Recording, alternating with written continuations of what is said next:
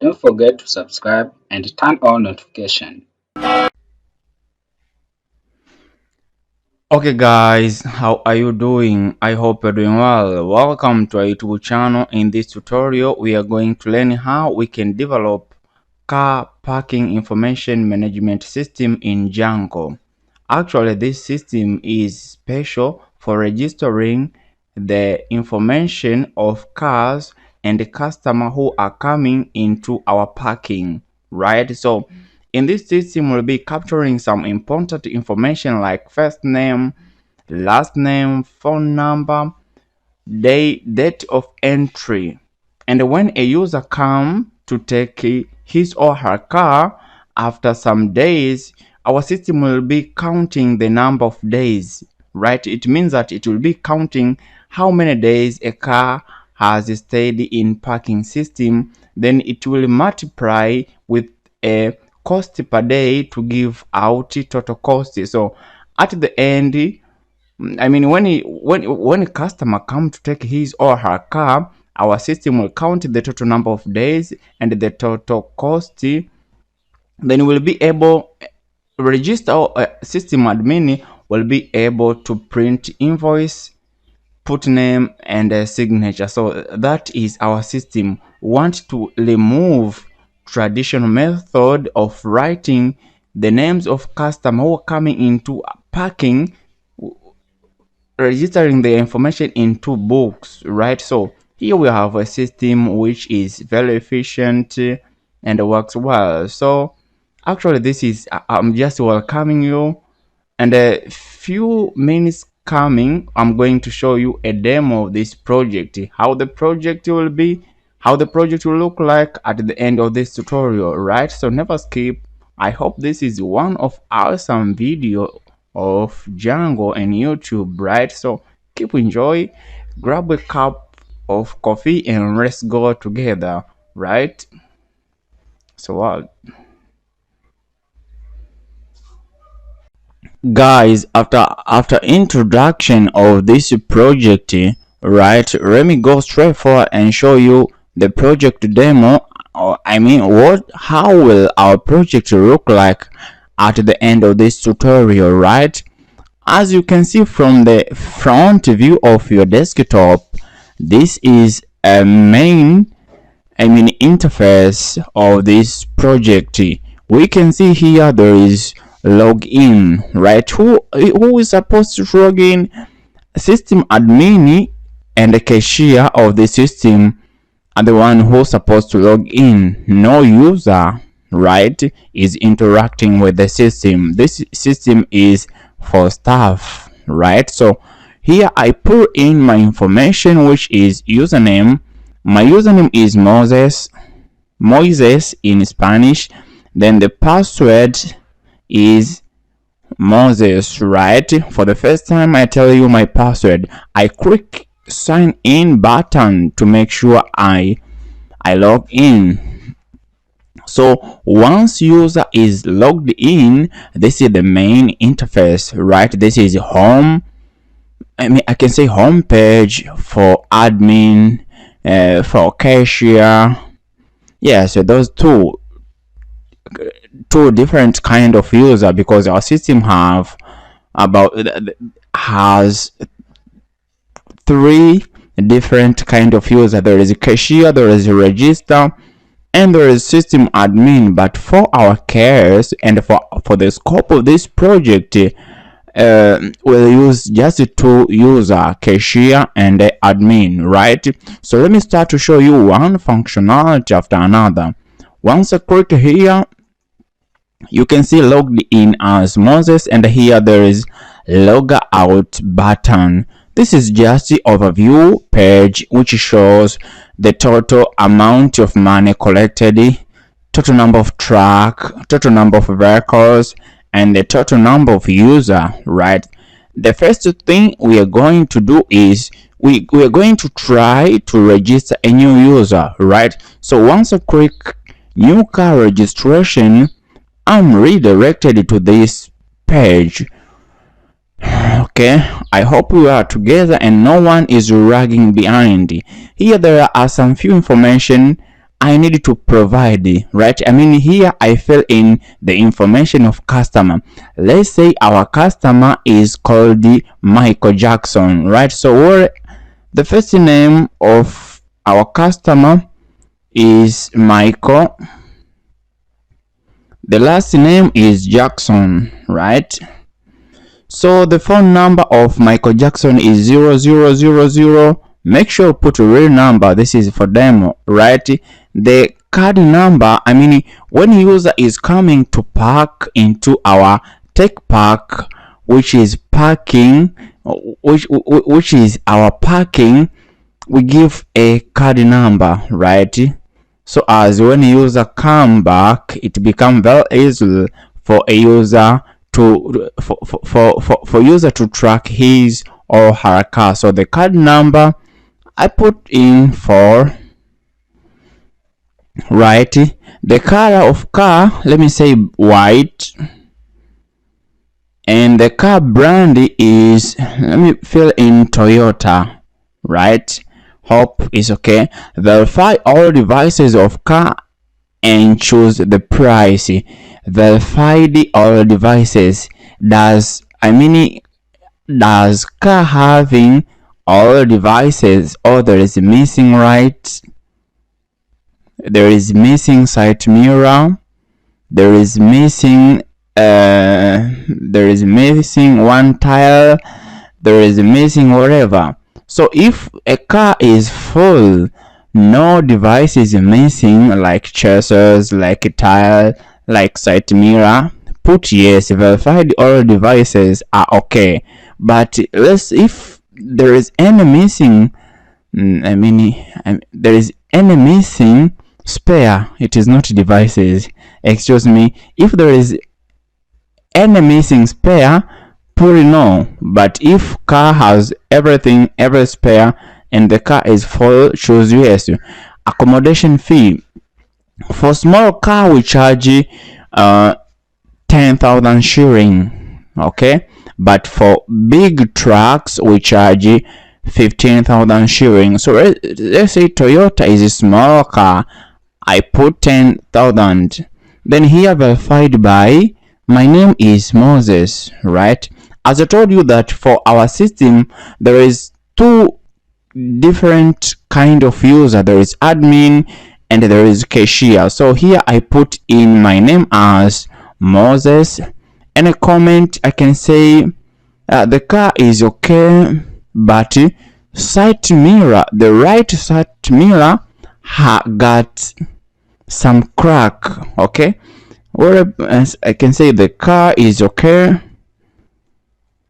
the car is okay, but the right side mirror, the right side mirror is not okay, okay, is not okay. After filling in our information, I click submit now to make sure the car is registered. As you can see, car registered, and here I can see information of Michael Jackson, right? This is entry date, this is the first name, entry date, day spent, total cost, right? So once a user register for the first time, we assume that he must be charged the cost of 1 day. That's why here you can see the days spent is 1, but the exit date is not present. The exit date will be shown after a user has paid the amount of money, right? Because we need the entry date and the exit date to calculate how many days the car has been parked in our parking system, and they calculate the cost, right? Let me bring you here new paid invoices.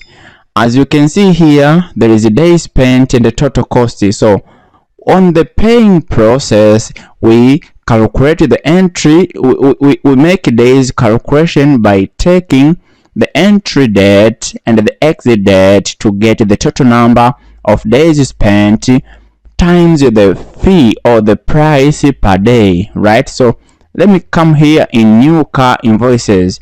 As you can see here, total cost none, total cost none. But let's say Michael Jackson parked this car in the morning, right? And in the evening, Michael Jackson wants to take his car. What we can do? I'm still showing you some functionality. So at this panel, you can see there are 3 buttons. There is view, there is pay, there is edit, and there is delete. So once I click view, you can see the pop-up Django model form appears showing the information of customer. Username is Michael, cost per day is 10,000, entry date, exit date, as I told you that the exit date is none until we hit the pay, right? Until we hit the pay is when we get the entry date. The total cost is not there. Day spent is by default 1. Once user register or come into our tech pack, we assume that for any hours user will spend will be charged the cost of day 1, right? So I close here. Let me click on edit. Right here we can edit some information like the car color, the cost per day, phone number, comment, and whatever, right? Let me close this. But here there is a delete button, right? If I click this, okay, let me change some. Let me edit something here. Let me say here is not Michael. Let me say Mick.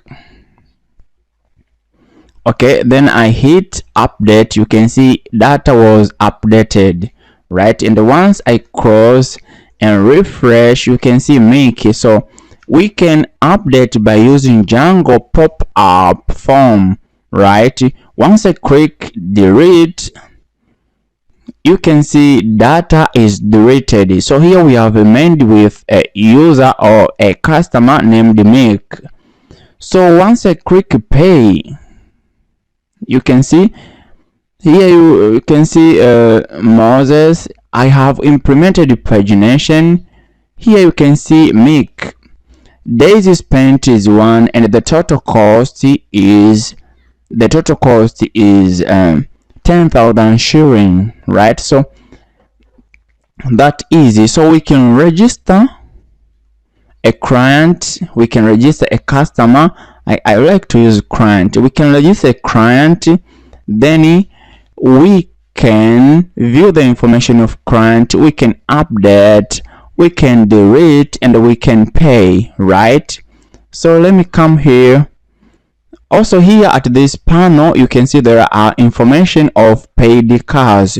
Here it is new invoices, the information of cars which are not paid, but here it is for paid cars. I mean those cars who are already taken out of our tech pack, right? So once I click view, you can see I can see information of customer like username Natalia, total cost,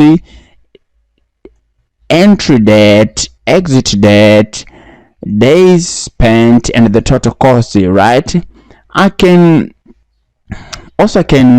print the invoice as once a user is coming to take his or her car, we need to print an invoice for the user. So once I click invoice, you can see payment invoice, the company's Motec app, this is the address, and the actual basically these are the information of a company, and this is the name of our invoice. Here you can see there is customer details like full names, Natalia James, entry date, exit date, total days spent, card number, and total cost.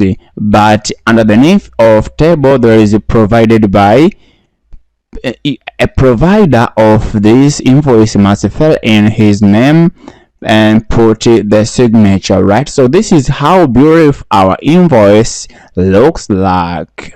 Okay, so not only that, but we can edit information. Like I can say oops, There are some mistake. This car has spent here 5 days. I don't see the where can I update information. Okay. By the way, let's say this is Natalia Moses and not Natalia James. So this is Natalia Moses, assuming that Natalia is my daughter. Okay, but I can say this is not paid. Okay, let me click update. You can see with success data is updated. So once I refresh here, you can see the last name for Natalia is Moses, but at the previous time it was James. But I can still update some more information, like I can say this is not paid. Once I click update and refresh here, right, you can see Natalia is here, right? So I can still keep on editing information. This is how beautiful our system looks like. This is the tech pack developed by Django. I hope you have seen a lot of functionality. We can register information of user, right? First name, second name, phone number, email, card number, and whatever. We can view the information of customer.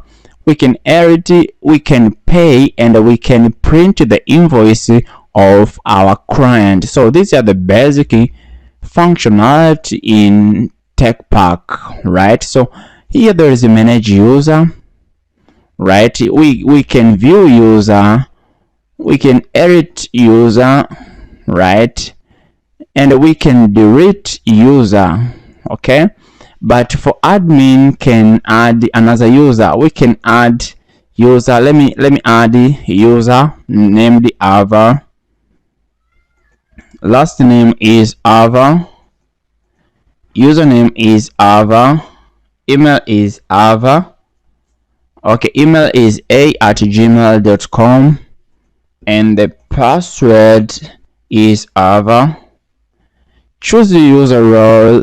The user role is cashier. Once I click submit, you can see a member was created successful, and I can log in as Ava, right? So let me try out to log in as cashier. Our cashier is called Ava. So let me come here. Okay, no user. Let me log out. So username is Ava, the password is Ava. Once I click sign in button, what is happening? Cashier. Oops, this is, let me show you something here in login. Okay, let me show you something in login views, home cashier. Okay, home admin.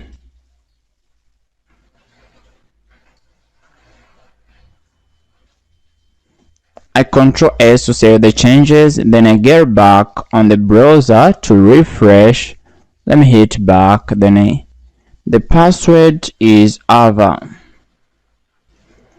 I hit sign in button to see. Now you can see I have signed in as Ava, and my role in TechPack is cashier, right? So this is how our car parking information management system in Django looks like. So at the end of this project, expect to have product like this. So I can say let me log out first. I hope this will be one of Rome tutorial, right? I hope to take about starting from 3 hours, 4 hours, but it won't exceed 6 or 7 hours. So be tolerant, stay with me and learn a lot. This is Django, and here we are coding, right?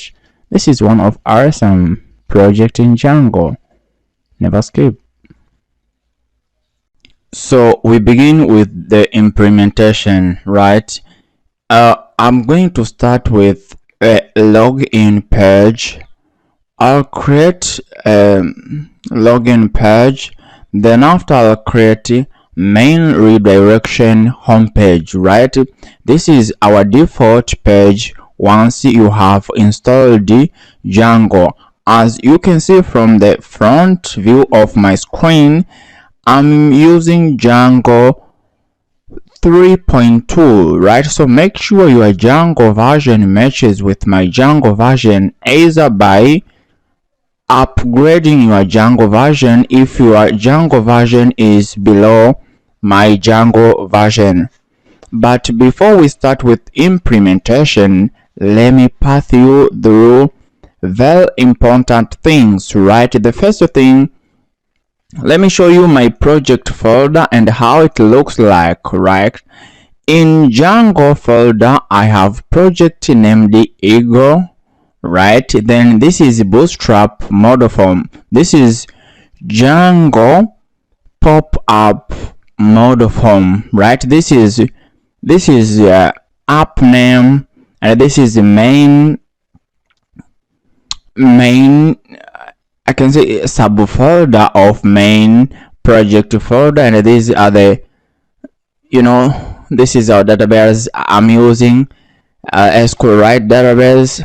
So let me open in Eagle, then I'm going to open setting.py. right here. I'm going to show you what are the important settings you should include in your project. Okay, so here, as you can see, I have, let me increase the font size of my Sublime text editor. Here you can see these are the important settings you should put, right? Very important setting.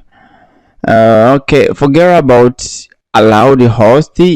No need to have something like this. So I'll remove this. So here in installed app, make sure an app I created, which is Classroom, is included. As here you can see, there is an app named Classroom, and it was created by a command Django admin create app Classroom, right? But so if you want to start from the scratch with me, create Django project named Eagle. So Django admin start project Eagle, then after cd in Eagle folder, then create an app which is Classroom by command Django admin create app Classroom, right? Then let's go together, as long as I'm giving you some few description of settings.py. So include this, and I told you that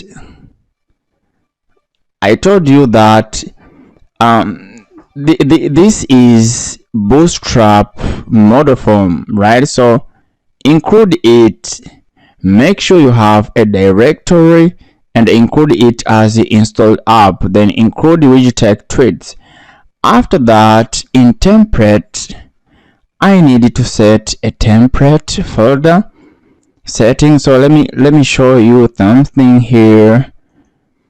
In our previous tutorial, we learned how to create learning management system. So let me open it. Then I'm going to open setting, right? Then let me copy this. We had awesome setting in learning management system. I cross here, then underneath of base directory I include this. I control S to make sure the changes are saved. Then after, here the default, we're using SQLite database. What next? Here date time format, you should set this. Use line force, set forth, and here auth underscore user model. This is authentication model, so we'll use classroom.user, which is model, this one, class user. So this setting means that the authentication model is user from an app classroom, right? So inside an app classroom, a model used for authentication is called user. Then static load for static files include them. This is for media root, and this is for this issue started from Django 3.2, right? We need to set a default index of a model. After showing you these are the important settings you need to have, but also don't forget to include OS and from path label import path. After looking and getting a few description of settings.py, let me show you the model, right? In our tech pack, which is Django parking car parking information management system, we have two models, right? I mean, we have only two tables.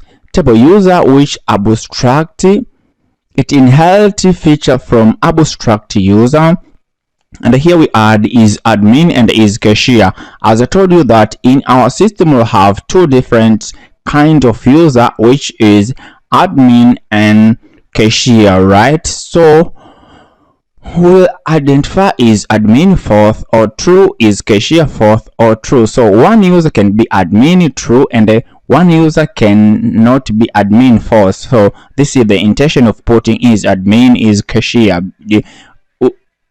The great aim is to have different user with different roles in our system, but also we have cross customer, which take information of customer and the car which is going to be parked, right? So after looking at views.py, let me show you forms. Make sure you import everything from line number 1 up to line number 10. Then after these are the forms, right? We'll use, so create as the year, then I'll tell you where we'll use them. I hope everything is clear. I've given you some few description of our project structure. As I've told you that our project structure have two app number 1 is Classroom and app number 2 is Bootstrap model form, which is Django app for pop-up model form. After telling you the structure of our project, this is for static files, right? And this is for template, I mean HTML files. After giving you a description of the structure of our project, I have told you some important settings to include in your project by setting them in settings.py. Then after, I've told you the model we have in our tech pack, which is car parking information management system in Django, and I've told you that we have user model and we have customer model. After that, I have given you some few description of our forms. We have two forms, which is user form, special for editing and for updating, I mean user information, but also we have customer form, which is a form for updating customer information. I hope that is clear, right? So what next is to run two command, right? So let me terminate this. You need to run these two commands for making database migration, right? Django make migrations like this, run make migrations. Okay, then migrate, this is for migrating the database, then migrate. After that, I hope everything will be okay. So let's go and start to create our first view in views.py. As I told you that we created an app named Classroom, so our views.py will be inside of classroom.py. So in classroom.py, I open views. Yes, then here I'm going to create Django function based view, which is home bracket request,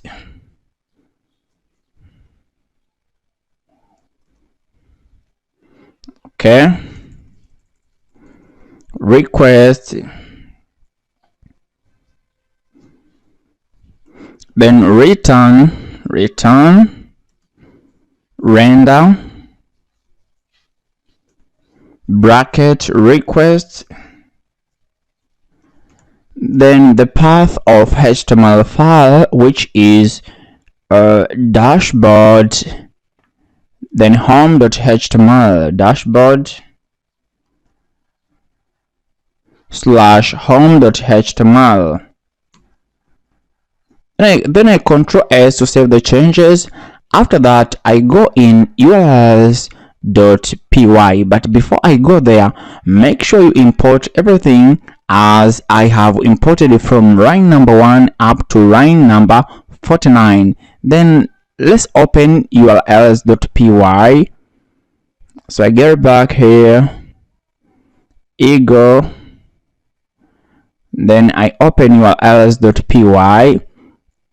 So here what I'm going to do is I copy this, as I like copying and pasting. So here what I'm going to type is home, right? Then views.home,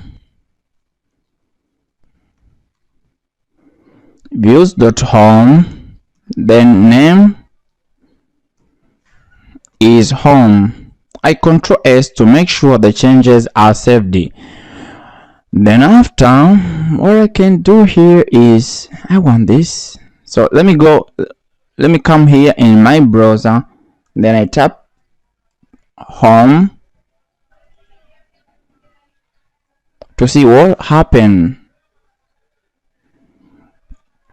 The site cannot be reached. So let me run my server, but before, let me go in dashboard.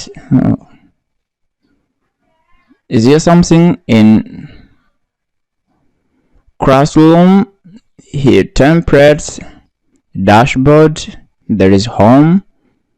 I needed a login. Let me open this. Okay, let me close this. Let me come here. I want to copy login.html. These templates are already created, so what we're going to do is just to make source code reuse, right? So let me copy login.html, then I'm going to paste in dashboard. I'm going to paste it here, then I open it, I edit this, I remove this because you're yet to create an action view and an action URL, but also I'm going to delete the register. I hope it's okay. So let me get back in views.py and make some changes. Here is not home, but it is login.html. It is login.html. I control S to save the changes. Okay, here let me put index. Okay, then here in URLs, let me put index. Let me leave something like this. Then here index.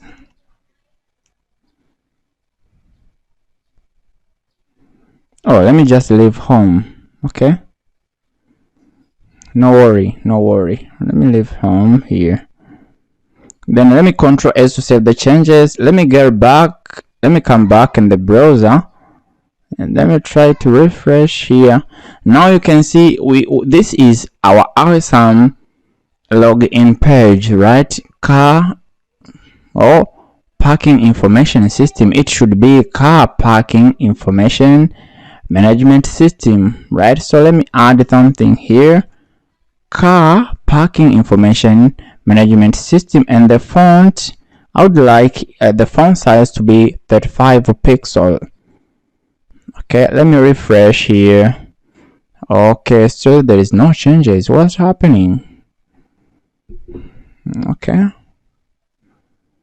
let me Ctrl S to save the changes.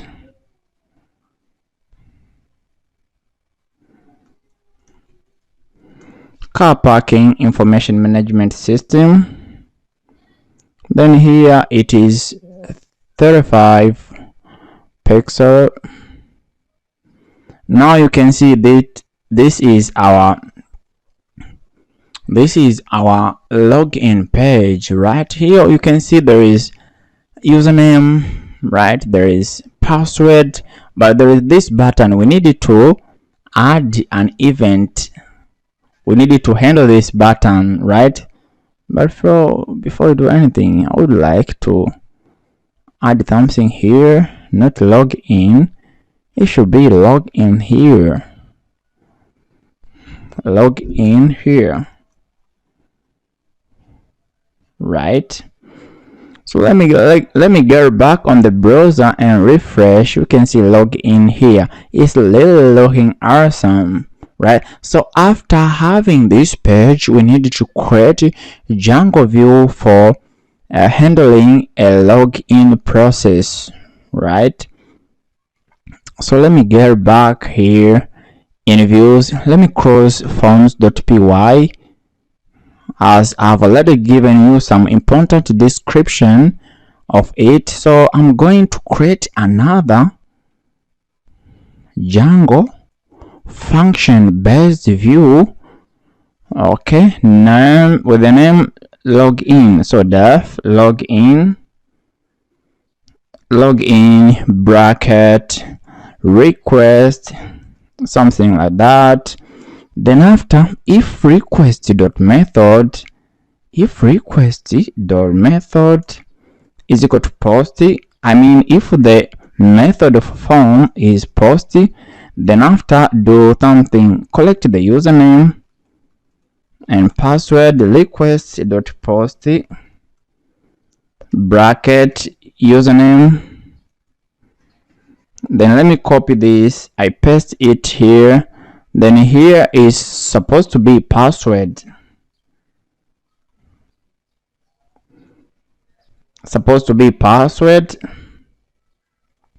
and here supposed to be password, right? After taking username and password from login form, and let me show you, this is our form. You can see the name is username and the password is password, right? I click here. So after that, user is equal to authenticate, then bracket request username is equal to username and password is equal to password. If user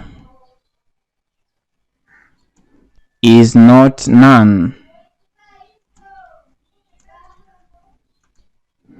and if user is not none and user is active,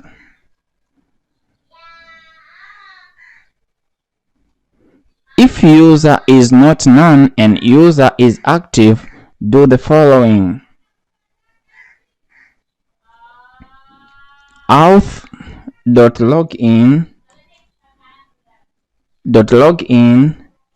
bracket request, then user, right? After that, if user dot is admin, or user dot is super user, Okay. Return redirect. Return redirect. Bracket. I put here dashboard.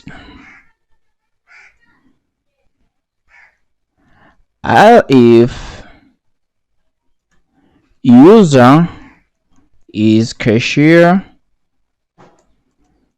also return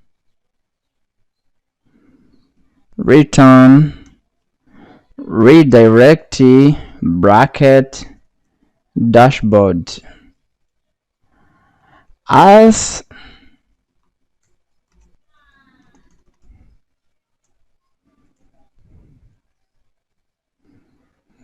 Else return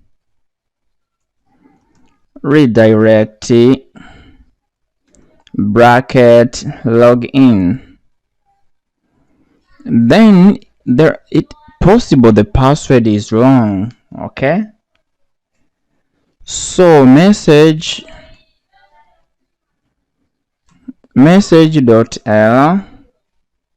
bracket request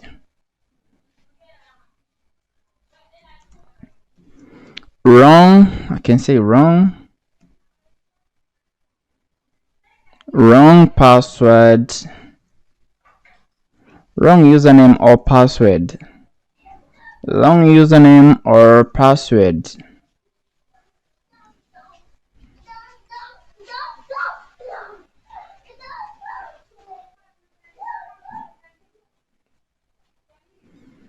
Long username or password. Then after return redirect bracket, I can say home. Okay, I Control S to save the changes. After that, let me create dashboard. So here I can say this is dashboard. Okay, dashboard, then dashboard.html. I Control S to save the changes. Then I get back here. What I'm going to do, I'm just copying this and pasting. So here I can say login slash views.login, then name login. Here is dashboard slash dashboard slash dashboard. I Control S to save the changes. Then I get back in login here. So URL login. I Control S to save the changes. Then here I have shown you dashboard.html. There is dashboard view and it render dashboard.html. So let me show you this template. I created it already. So this is home. This should be dashboard. Let me rename.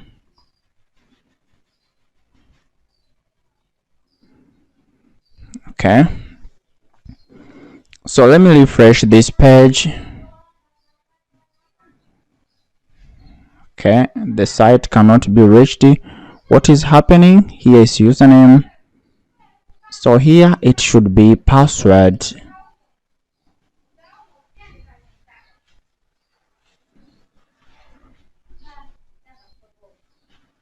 Then I Control S to save the changes. It's okay. So let me try out to log in. Moses. You can see wrong username or password. Why I get this message? It is because there is no user and there is no user registered. So let me register a user, then I'll get back to log in. So let me close this. Then I'm going to add a user by using shell. So Django manage.py shell. Okay, this is interactive shell. I want to register admin by using this shell. What is happening? Let me exit first.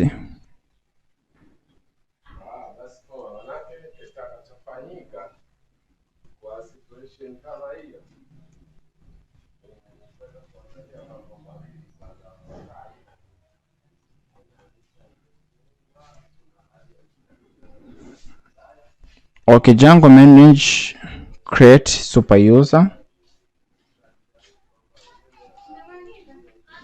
Then I press enter. So the user is Moses. Email is moses@gmail.com. Then the password is Moses. Password is Moses. Press enter. Yes. Okay. Then let me run this server and try out to log in once again.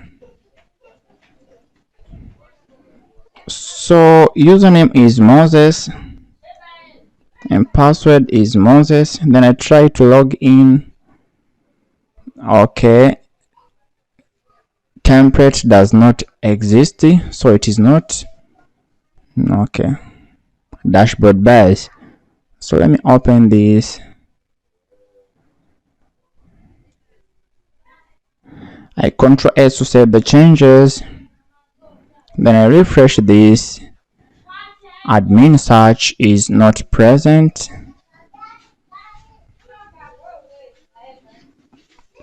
So let me open base.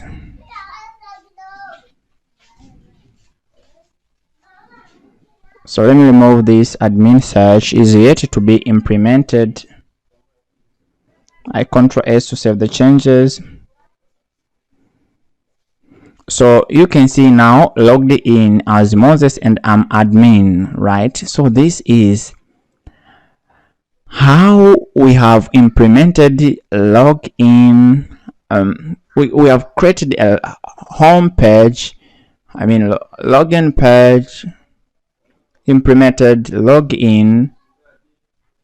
So this is how it looks like. The next functionality we are going to implement is how someone can add a new car. So we have already created a model named as customer. So what next is how we can implement a functionality of registering new cars, right? Don't get tired. Don't get tired, right? So the tutorial is still going on. Guys, after being able to create a login, it's a time now to create car registration form and creating Django based function view for saving the information of customer and the information of car in a database. But I remember that I didn't tell you where does this message come from, right? Let me get here. So once I enter wrong password and the username combination and I click on sign in, you can see here we get a message wrong username or password. I didn't told you, I thought we were all intermediate or advanced in Django, but then I thought that there is a need for I to tell you where does this message come from, right? Here you can see here there is message, if message. So this section which is below the form receive all message from Django, and here let me show you, we sent a message, message.error wrong username and password. So this message is being retrieved below the login form. So you might be getting a lot of question, where did this message come from? So here is where the message come from, and here is where the message is received. So let's create a Django function based view, which is for rendering HTML page for new car registration, right? So here I'm going to create a Django based function view with the name add vehicle bracket, then a request. What the heck? Request. Then after that, I need to render return. It's return render, excuse me. Return render. Then I put a bracket request. Here we need the request. Then the path of our HTML template, which is dashboard slash add vehicle.html, and let me show you this HTML page, right? As I told you that I'll upload all source code for this project, and so never mind about the front end, never mind about HTML and CSS. Our great intention is running Django backend. So all these HTML templates, I created them before I started to record this tutorial for the sake of saving time. You know, we don't like to have very long tutorial coding for HTML and CSS, right? So the great intention is to run Django backend. So let me show you this template. I come here, dashboard, you can see this is add vehicle.html, right? So after that, after creating a Django function based view, I'm going to add the path of this function in urls.py, right? So I copy this. As I told you before, I like copying and pasting. So I copy this, then I copy the name of our view, right? Then I paste it here.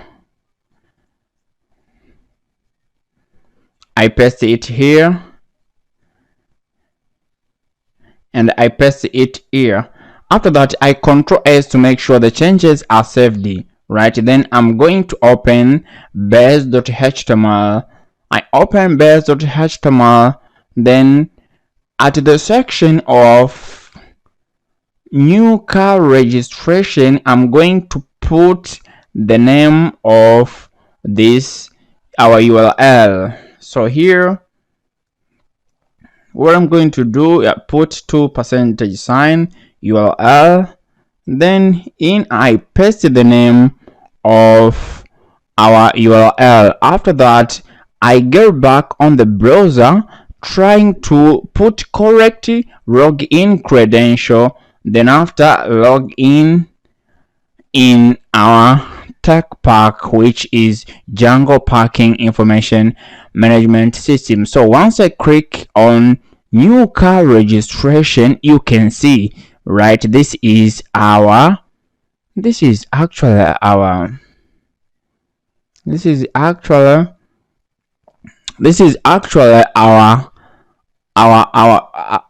HTML interface for registering new car. As you can see, car registration panel, right? So we're done. But before we carry on, let me create Django function based view for handling logging out. You see, we can log in, but we cannot log out. You can see. Okay, so let me create Django function based view for logging out before I implement the backend for adding new car registration to our model customer, right? So here I create Django based function view, which is logout view. Then in the bracket I put request, then I put request, then logout, I put bracket, then request. After that, return redirect to the home page, return redirect to the home, something like that. Then Control S to save the changes. Let's go back on base.html. Let me search for logout.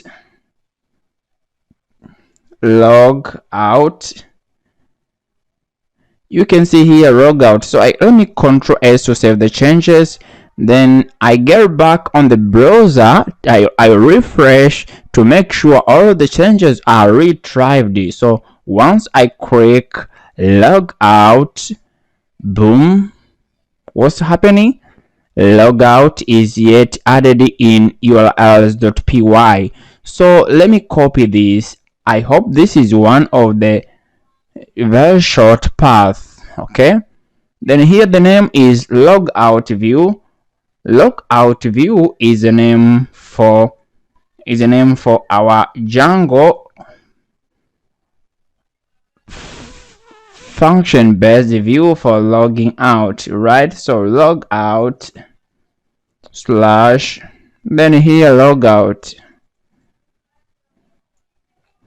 I Control S to save the changes, get back on the browser, then I refresh the browser to make sure the changes are retrieved. I once again click log out to see if I can log out. Now you can see I have already logged out from a main car parking dashboard. So let me log in so as we can carry on with implementation of the rest functionality. So I log in as Moses and the password is Moses. So as we have already created the HTML interface for registering a new car, let's go straight forward and create a Django function based for receiving information from the form and saving them to the database, right? So here I'm going to create a Django based function view with a name of save vehicle. Okay, so here I'm going to create another Django function based view with the name save vehicle. Okay, so dev save underscore vehicle bracket request, what the heck, request. After that, let me do something here. Before, let me check if okay, if request.method is equal to post, check if the request is posted, then we start to correct one information after another. I think one of the information to be corrected is the first name, right? So the first name is equal to request dot post, something like that. Then first name. Okay, so let me copy this, then I paste it here. I want something very simplified, so I'll be copying this and pasting. I paste it here. So the first name, let me open add vehicle.html so as to see what information do we receive from the form, so as they can be saved to the database, right? So here you can see there is a first name, last name, So let me do one simple trick. Let me do one simple trick. Real simple. Let me show you. I like copying and pasting, so I open model. Let's save time. We can't take a long time dealing with the form, right? So let me copy this. Then I come here. Okay, are you with me? So I paste it here. Then after, what I'm going to do here is here put last name. Yes, I wanted that autocomplete. Then here I put last name.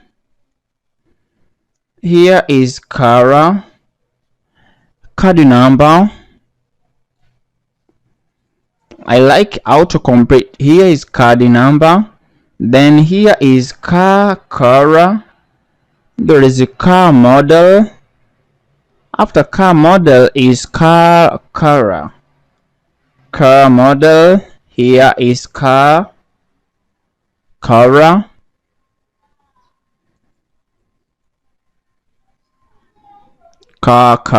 So first name, there is a phone number. I remember phone number. Before, let me do something here.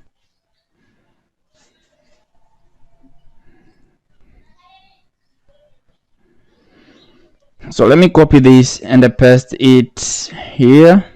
There is a phone number. I remember. There is phone number. There is email of a client. The email. I hope there is no. So there is a price.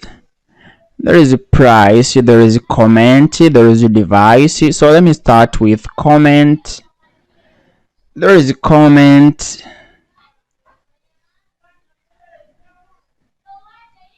There is comment. There is a price. There is a price. After price, there is a device.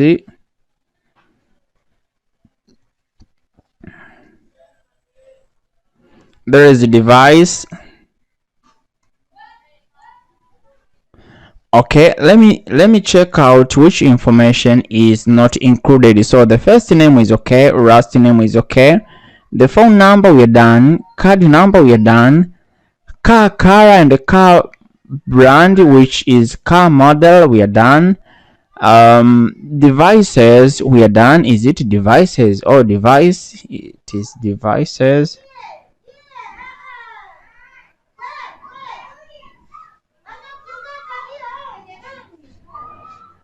So here, let me change the name and put device, right? So also here I would like put device. Then let me check out if there is any information forgotten. I can see cost per day is not here, so let me paste this. Then cost per day was not included. Then I put cost per day. I'm getting back on addvehicle.html. Hope every information is register name is not included. So let me add the register name. So register name is not included. Also here I put register name. So about 1 2 3 4 5 6 7 8 9 10 11 information to be submitted in customer model. So let me get back on my browser and count this form field to be filled in. 1 2 3 here, about 6 7 8 9 10. What is 11? Where is 11 coming from? Okay, never mind. Let's get back here in our views. First name, card number, car model, car color, phone number, comment, price, device, cost per day, and register name. I hope that is enough. So one information, I think once we register a user, once we register a client, we usually need an entry date, right? So it is just a starting point of where we start to count the number of days a car has been parked in our tech park, which is our parking at Motec. So here I want to get the current time, right? Because my target is to get the current time, which will be equals to register time, right? So current time,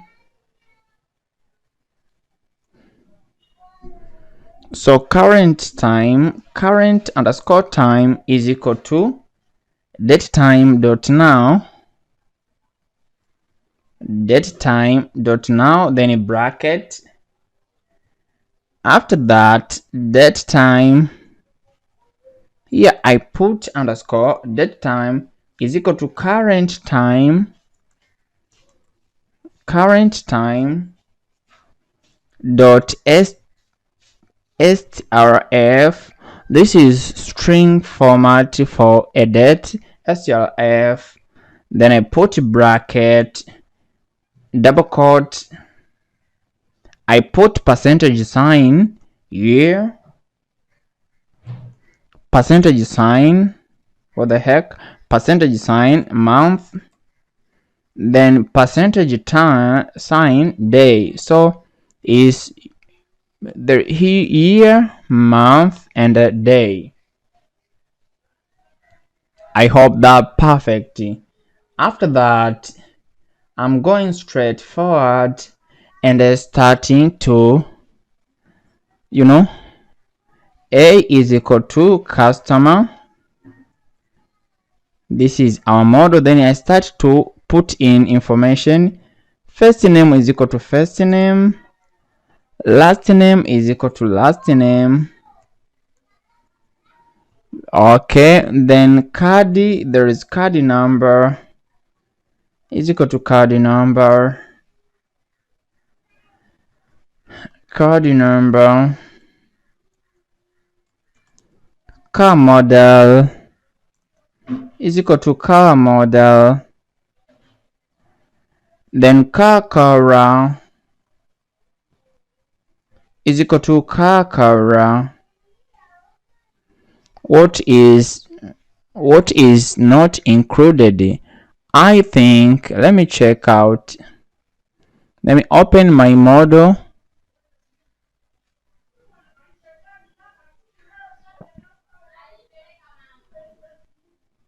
So car color,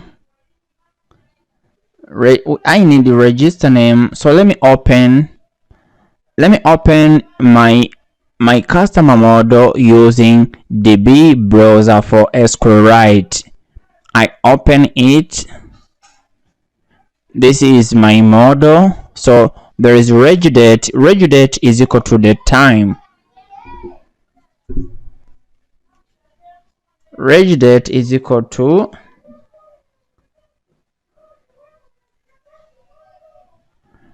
date time.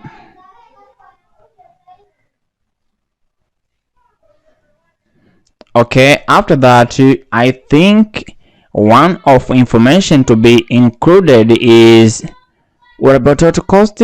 No. Register name. I need the register name. I needed to capture the name of register. Who was on duty during car registration before parking. So I need to get the name. After that, what else information? I need the comment. I needed to save comment. I need the phone number, device, and the price. So here I would like to have comment.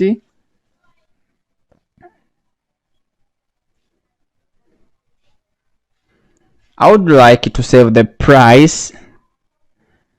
Price? Is this real? Is it cost per day? I need the cost per day.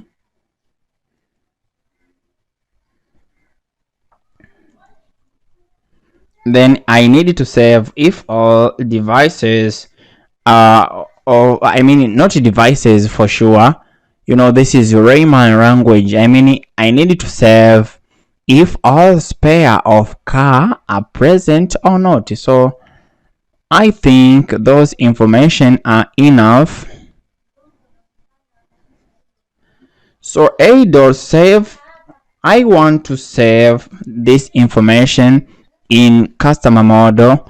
Then after message.success,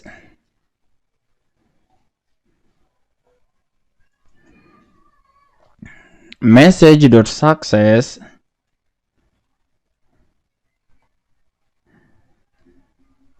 I put bracket, then request single quote vehicle registered successful, vehicle registered registered successful.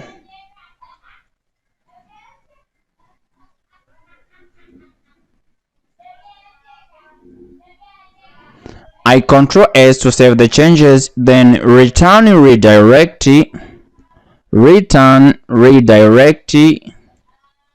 I put bracket, single quote, then add vehicle. I Control S to save the changes, then I go in urls.py to save to create a path for this Django function based view. So here there is save vehicle. I would like to copy this and paste it underneath of it. So instead of add, I would put save record, then save record. I Control S to save the changes. I get back on add record.html to make sure that the method of my form is posted, and I include the name of URL. You can see here the method of a form is a post and the action is a URL which we want to process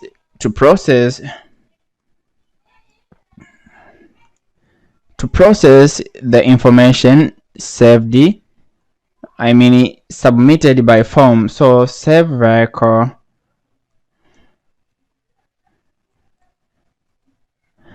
I Control S to make sure the changes are saved. Then I get back on the browser trying to refresh. I think there is something is missing. So let me get back here.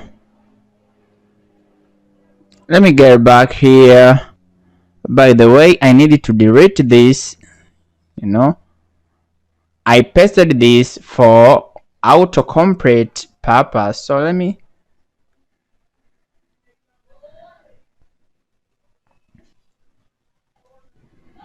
I delete, and here in add vehicle I would like to create something called choice, which is Python list 1 0 10,000 15,000, then accommodation fee.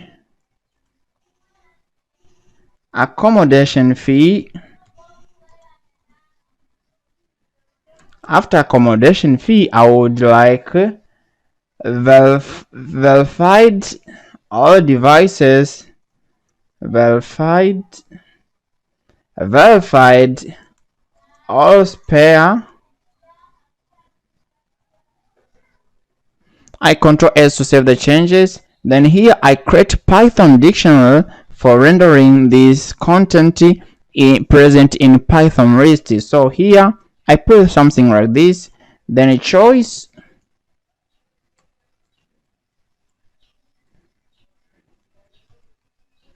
right? Then here what I can do is Then I control S to save the changes. Let me see if do we still face an error. You can see the server is running well without an error. That means we are okay. I hope everyone is okay and no one is lagging no one is lagging behind. So let me get back on browser and try out to register a user, right? Let me say the user, the first name, let me remove Tanzanian local name because somehow they are very difficult. So let me say the first name is Johnny. The first name is Johnny. The last name is Kennedy. The phone number, blah blah blah.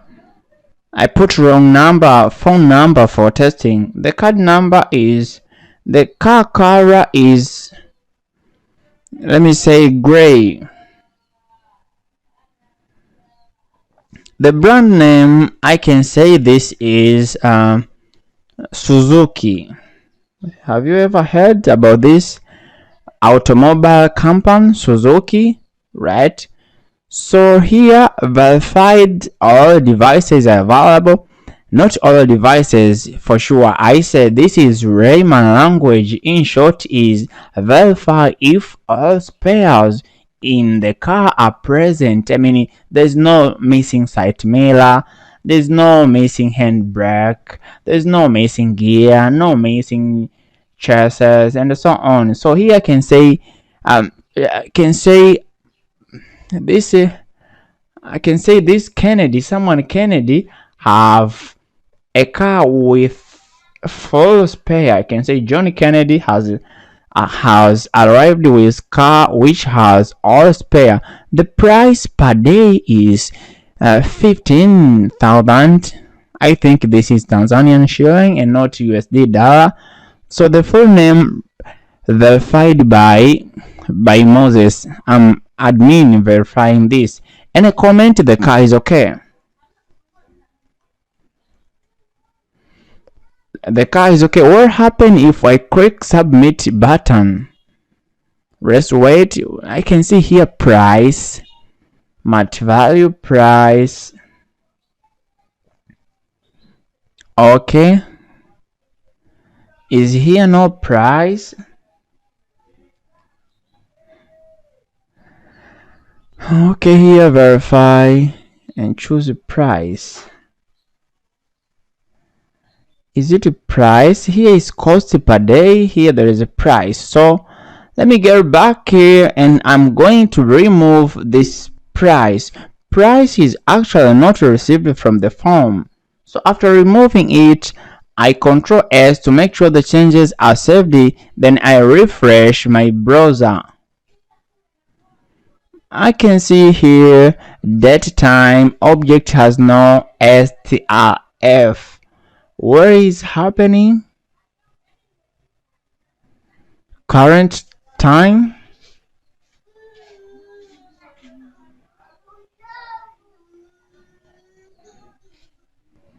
So it is strf time, right? Here is strf time. I control S to save the changes, refreshing the browser once again. Still get some error. Cost per day expected but got cost per day.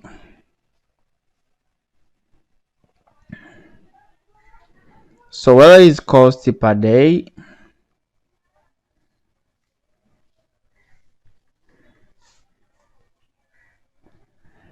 Cost per day.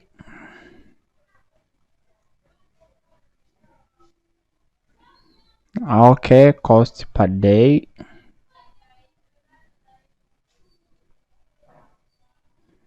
Let me control S to save the changes.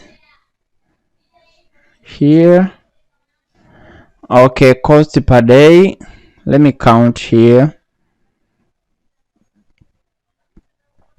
choice. You can say this is 0, 1, 2, 3, 2, 3. So here it is, this is 2, this is 3.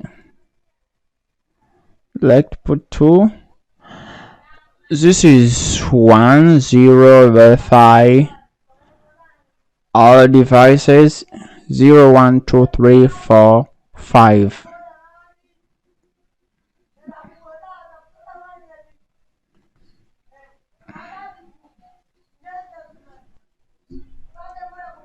Control S to save the changes. Then let me get back on the browser, refresh. Okay, let me try out to fill in information. So I'll put dummy data F F F F verified all devices, yes. Accommodation, register name, comment, cars, okay. Then I hit submit button. You can see vehicle registered is successful. And if I open up, if I refresh here, you can see information are saved in a database. So this is how we can register a new car in TechPark, which is car parking information system. So the next functionality is new car invoices. Here we are going to, we'll be processing the payment, editing information of vehicles, viewing and deleting. So keep calm, grab another cup of coffee and let's go. Guys, after implementing the functionality of registering a car, it's a time now to implement new car invoices. I mean, we want to list or register the car, allow user to be able, to print, to view the information of cars registered, to edit, to delete, and to make payment, right? So let me click here. Okay, what is happening? Let me see. So let me click here. We're still here, so we don't go nowhere because the functionality is yet to be implemented. So we are going to create a Django class based view which will inherit list view, right? So here let me open views.html, views.py, then create Django class based view, and the name of this class is, the name of this class is vehicle. Then I put bracket, this is a list view, right? After that, I needed to define the model. The model is customer, right? Everybody know that customer is the model which stores all information of client with their cars. Okay, so the template name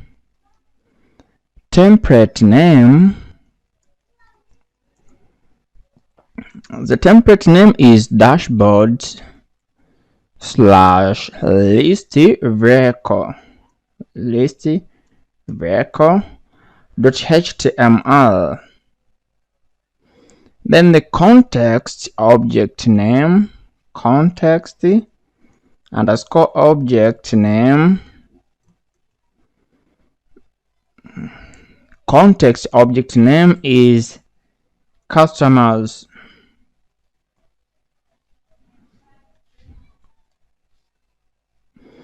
Then I would like to implement Django class based pagination, right, which is paginate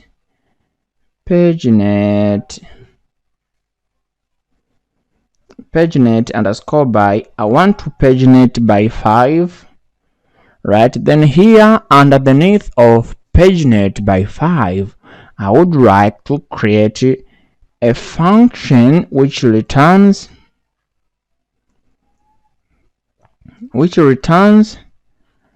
all information of cars and information of client. So get call set, then self return customer dot object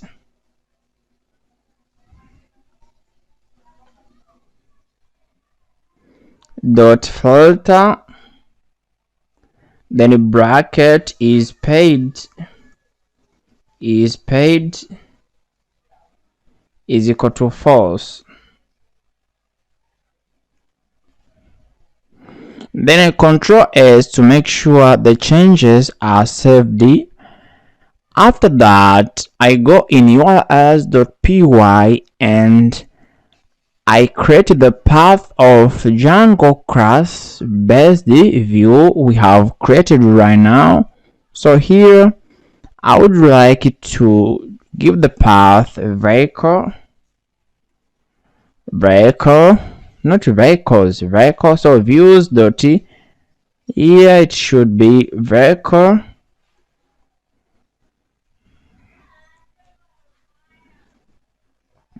dot as view. I hope something like this, I'm not so sure, but very slow. So here is vehicle, then I control S to save the changes. Let me show you something before I go to the browser. Here you can see dashboard, then list vehicle. Let me go and open this HTML template.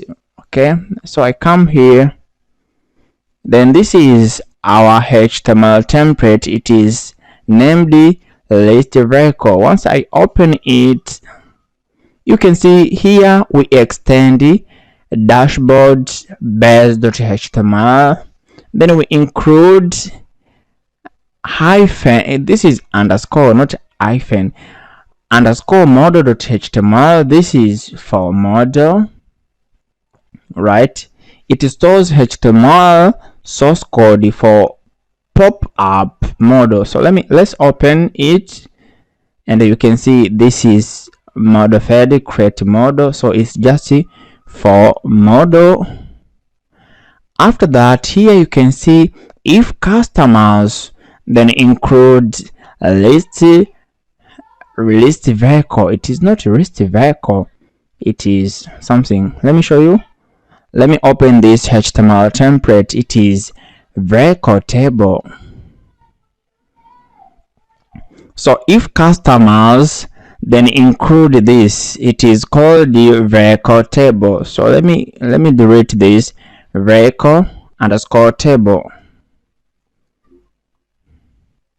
What does this mean? Actually, vehicle underscore table, it lists all information of client with their cars, there is spent, the total cost, and so on. So if customers, let me get back in views.py, here you can see this our class named the vehicle return information of all clients in Python based dictionary named as customers. So in these customers, there is all information of client, like first name, last name, card number, days spent, and the total cost. These all information are returned in Python dictionary with the name of customers. Then this function return customers return Python dictionary with all information present in Django a model with a filter is paid fourth. So all client who has yet paid in our tech pack, which is car parking information management system in Django, will be returned in Python dictionary named as customers. I hope this is totally clear. No one is lagging behind. So here we go in list underscore HTML, this one. Then we test it. If customers, we want to test is customer returned. If no, here you can see no record added yet. If yes, then we include the HTML template which lists information of our clients with their car. So if customer means if information are present in database, information of customer who has yet paid, then return include this, right? Else return no vehicle added yet. So let's go and open vehicle underscore table to see what's happened. So this is a vehicle table.html. You can see here if customer, for customer we return the first name of customer. If customer, I mean if information of all client who has yet paid is returned, then retrieve them by using for loop in Django HTML template. So for customer in customers, then we will return. This is for counting the I mean it's like it counted the just the number of rows returned by our Django function named get quality. So here we fetch information: first name, reg date, exit date, days spent, total cost, and so on. After that, we end our for loop, and underneath of this table we have this source code for pagination. So if is paginated, then do something. If is paginated, I mean if the returned information is paginated, then implement pagination. And as I told you that in our class named vehicle, we have implemented Django class based view pagination. As you can see here, paginate by, here we want to paginate by 5, but for the startup, let's paginate by 2. So as we can see how pagination paginate our returned pages. Right, I hope this is clear. I'm giving more of description. I hope no one is lagging behind. So in URLs, as I told you that here the path. So let me go on my browser and try out to put this path vehicle.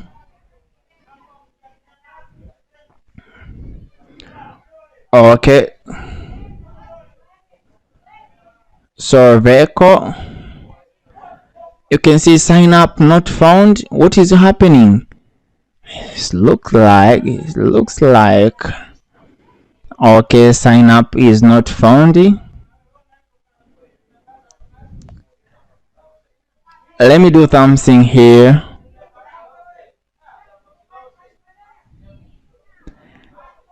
Let me open bears. Then I search sign up.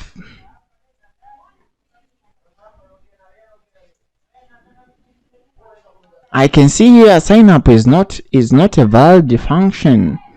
What is happening? Okay, let's do one less trick to get out of this error, right? So let me do something here. Let me just copy this function.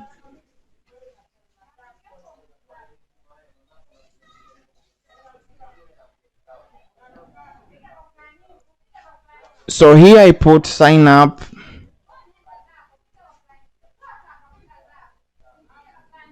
and in URL I copy this and I paste it here. I just type sign up.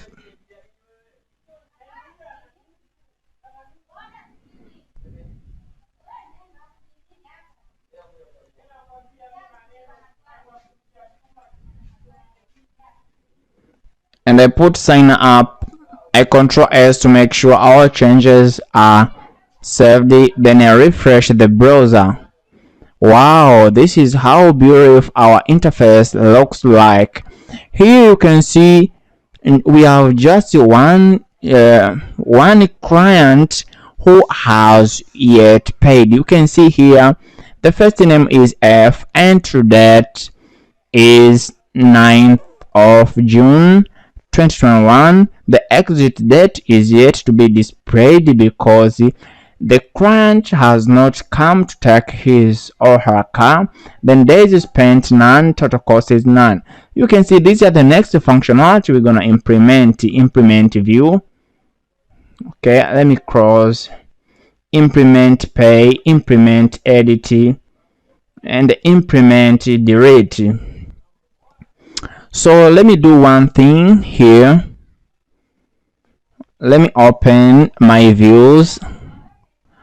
I open a view and I want to do something. Once user has successfully registered a car, I want to redirect a user in vehicle. Here I click Ctrl S to make sure the changes are saved. Then I want to register a new user, so I can say this user is called Jesse. This is Jesse John. Then the phone number is 444. I hope this is UK number. Then the card number is 44. Car color is red. The car brand is BMW.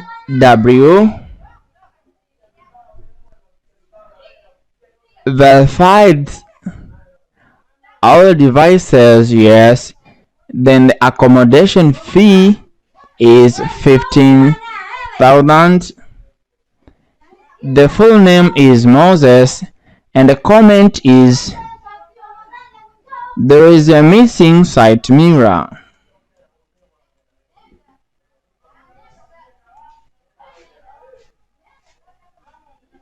Then I control submit to make sure all these are saved. Now you can see once we register a vehicle, we are redirected in this page. You can see the first name is Jesse, entry date 19th of June, exit date none, date spent none, and total cost none. So that is, we have successfully be able to retrieve all information of clients who have yet paid, right? I mean those who have yet come to take their car.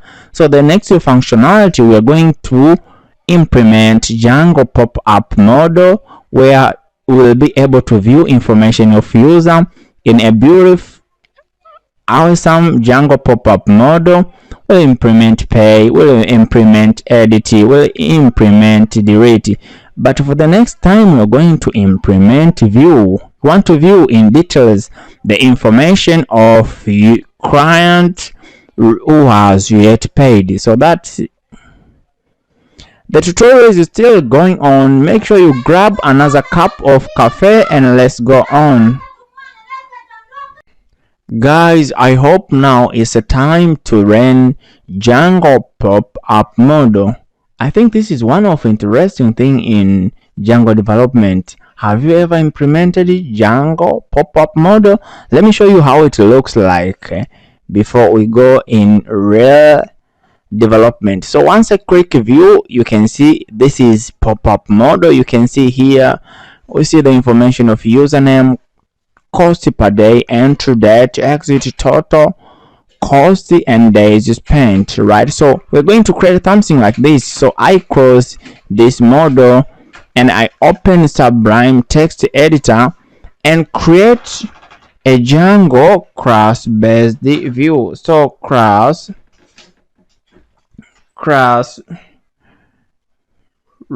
vehicle read view.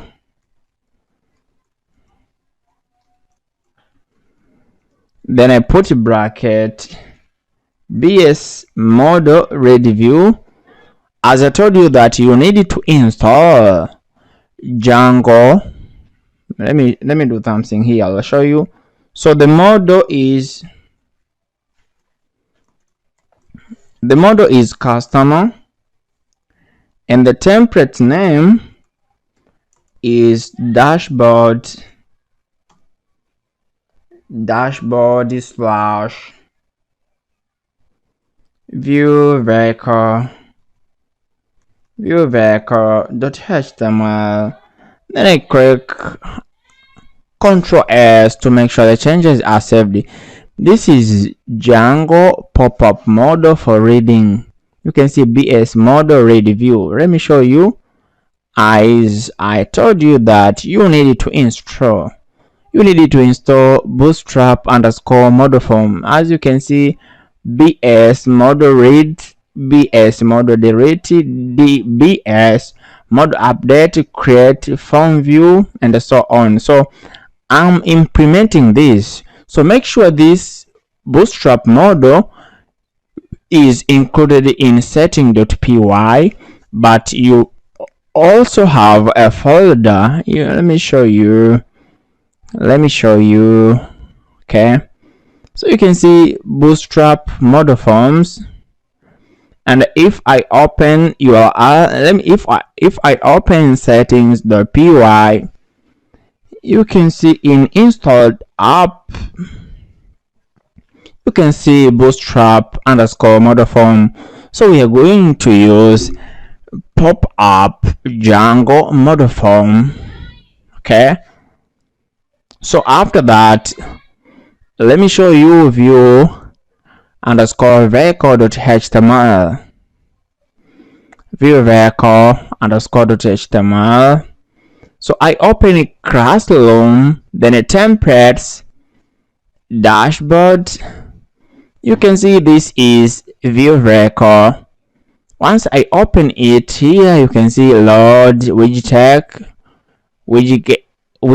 tricks, and here you can see customer.firstname. I want to get customer.cost, customer.entry.date, customer.exit.date, total cost, and days spent, right? So after creating Django class-based for pop-up model, let me go to openurls.py, then include this. So what I'm going to do here, I would like to copy this, then I paste it here, then I copy the name of my Django class based view. Okay, I paste here, then the name of, okay, let me put view vehicle, and the name is view vehicle. I Ctrl S to save the changes. Then I go in, where should I do? Here, I think something like this. I need something like this. I think something like this is needed. Let me Ctrl S to save the changes. Then I'm going to open up vehicle table.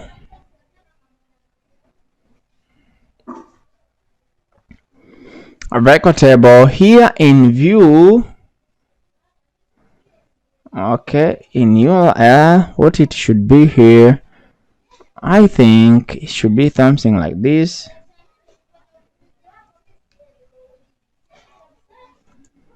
URL view record,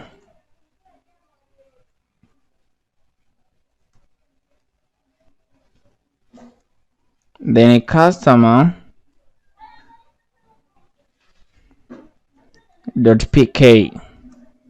I click Ctrl S to make sure the changes are saved. Then I get back in my browser. Let me try out to refresh. Okay, let me try out to click view. Wow, it's really looking awesome. Now you can see we are able to see the information of user by using Django pop-up model. You can see yes sir. Once I click here, it's okay, but if I click here, you can see we get some errors. So it's so nice, so far so nice. We have implemented view, which is functionality for displaying the information of client by using Django pop-up model. I hope it's clear and no one is lagging behind. The next step, I'm going to implement edit, then delete. Guys, let's go and implement edit, as we have implemented the view by using Django pop-up model. So let's implement edit, right? So I open up Sublime text editor, then I'm going to create Django class based view, which is class record update view, then a bracket bs model update view, then something like that. The model is customer as normal as usual, and the template name is dashboard /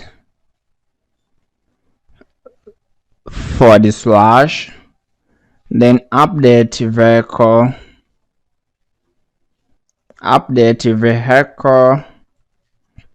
vehicle.html.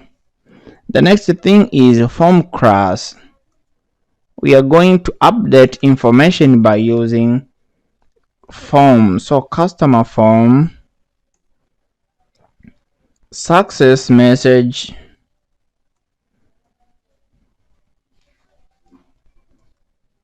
is vehicle was updated successful.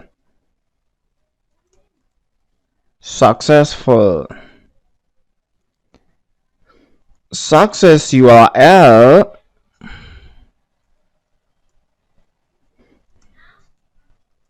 is reverse res bracket then a record. We are done. I click Ctrl S to make sure the changes are saved. This BS mode update is just, I can say it is just inherited like how we used to inherit update view, right? So let me open up update vehicle and show you how it looks like. Update vehicle, you can see this is update vehicle. Here update customer details. This section is for displaying errors. For filled in form, here it is for fetching information of present in a form, right? Then as I've told you that we are going to use customer form, let me open forms.py and show you this form. Though I showed you earlier at the beginning of this project, but let me show you once again. This is customer form. You can see it's a form which includes first name, last name, car model, car color, cost per day, phone number, comment, and is paid, right? So we're going to use this form we created right earlier in this tutorial. So after creating after showing you a form and creating Django class based view, let's add the path of this view in urls.py so as we can be able to use it, right? Let me do something here. As normal as usual, I'm a big fan of copying and pasting. I like a lot. So let me copy this. I don't know what is the consequence of copying and pasting, but I really like. So let me copy this Django, the name of this class. I copy it, then I paste it here.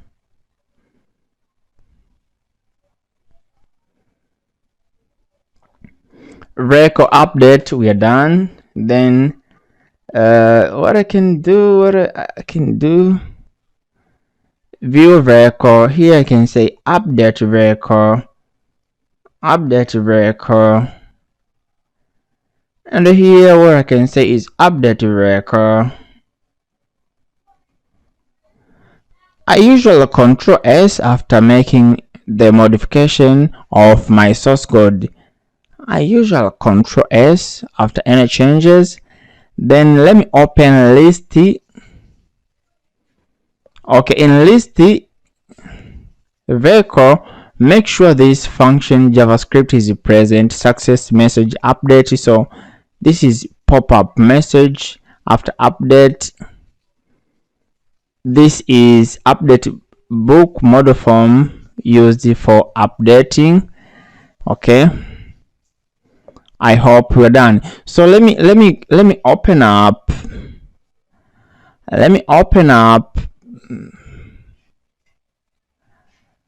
Record table.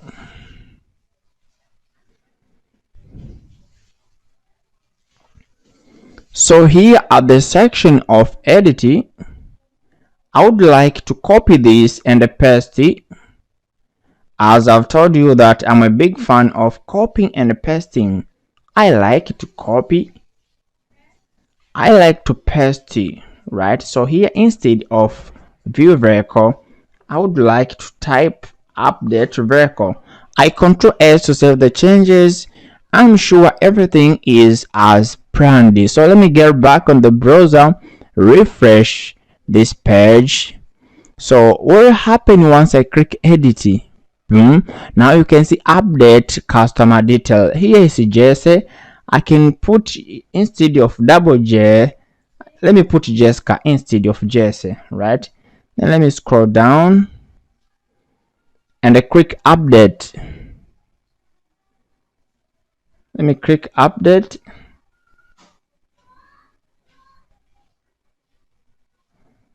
What happened?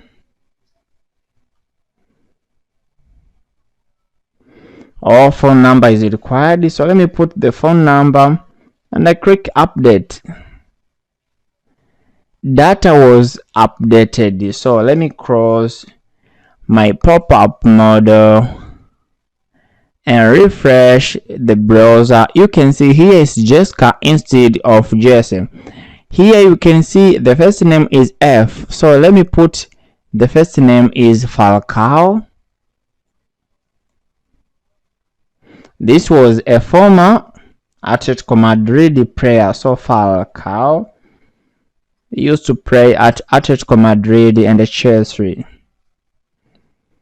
So phone number blah blah blah blah. I like to put wrong phone number because I know this is for demo. You can see data was updated with a success. So let me close this pop-up model. Let me close. So far so nice. We can view information of a user by using Django pop-up model. We can edit it. Let's implement delete. Then after we'll wind up with pay, an essential functionality for tech pack system. We need pay, we need money, right? Parking people's car, but in return we need money. So the next thing we're going to do is to implement deleting of data by using Django pop-up model. I think pop-up model are so attractive. I like the way they pop, right? So let's scale on. Let's implement the delete functionality.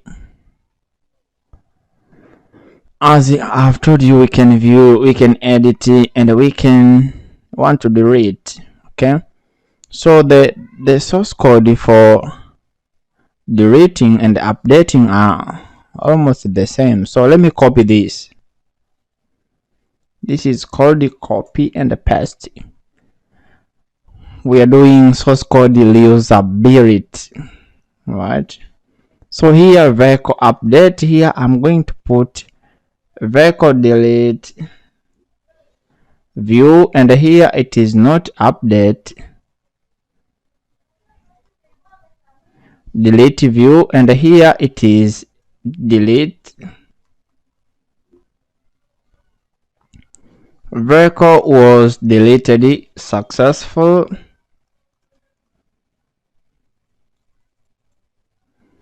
Then reverse is okay. So let me go in urls.py and do the following.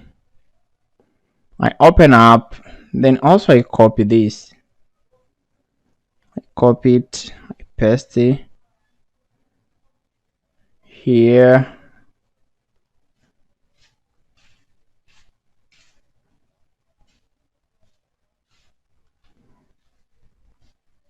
Here, delete. Here is also delete. I Control S to save the changes. Then in a vehicle table, also I would like to copy this. Then I paste it here. Here is delete. Then I Control S to save the changes. After that, you can see this is delete vehicle. Let me show you the delete vehicle. Forget about update vehicle. Let me open up delete vehicle. You can see delete data. Are you sure you want? Are you sure?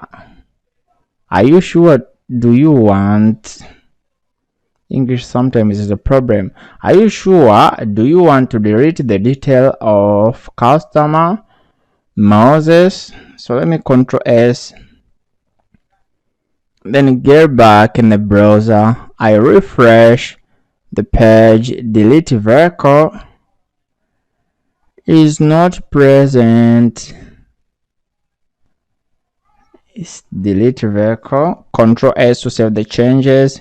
Then refresh the browser. Boom. Now what happen if you want to delete Falcao? You can see the pop-up model. Are you sure? Do you want to delete the details of customer Falcao? Then let me click yes. Yes, sir. Delete. Vehicle was deleted successful. So we have successfully implemented the delete functionality by using Django pop-up model. We're done with the view, you're done with edit, we're done with delete. So let's implement the core functionality, which is pay. Want to calculate the days spent in parking, how many days a car has spent in parking, then times the total cost of a car per day, right? So it's something awesome. Mathematics calculation, really.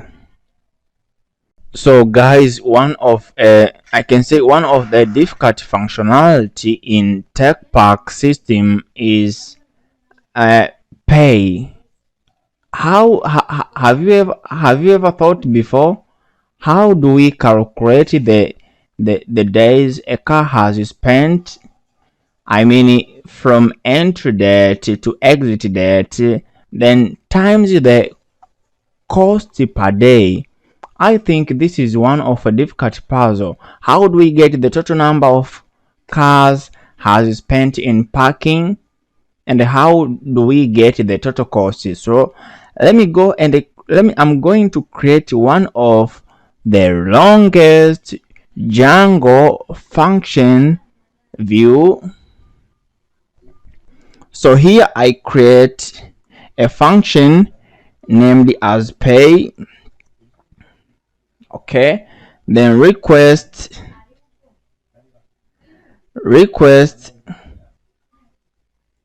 then pk. After that I put customer dot objects dot filter, then bracket id is equal to pk dot update. My god, this function is very long. It's amazing. Update, I want to update the exit date. Update exit date and put it as time zone dot now, right? Time zone dot now.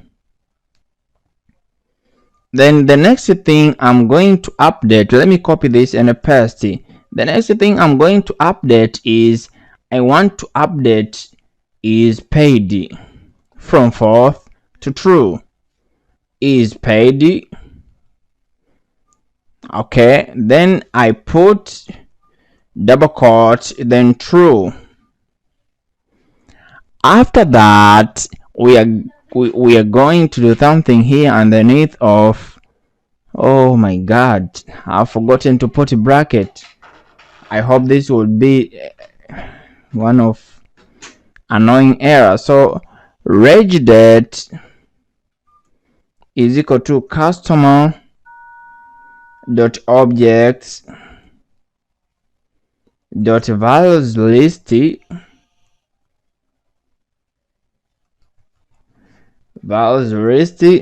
a bracket reg date, registration date dot filter,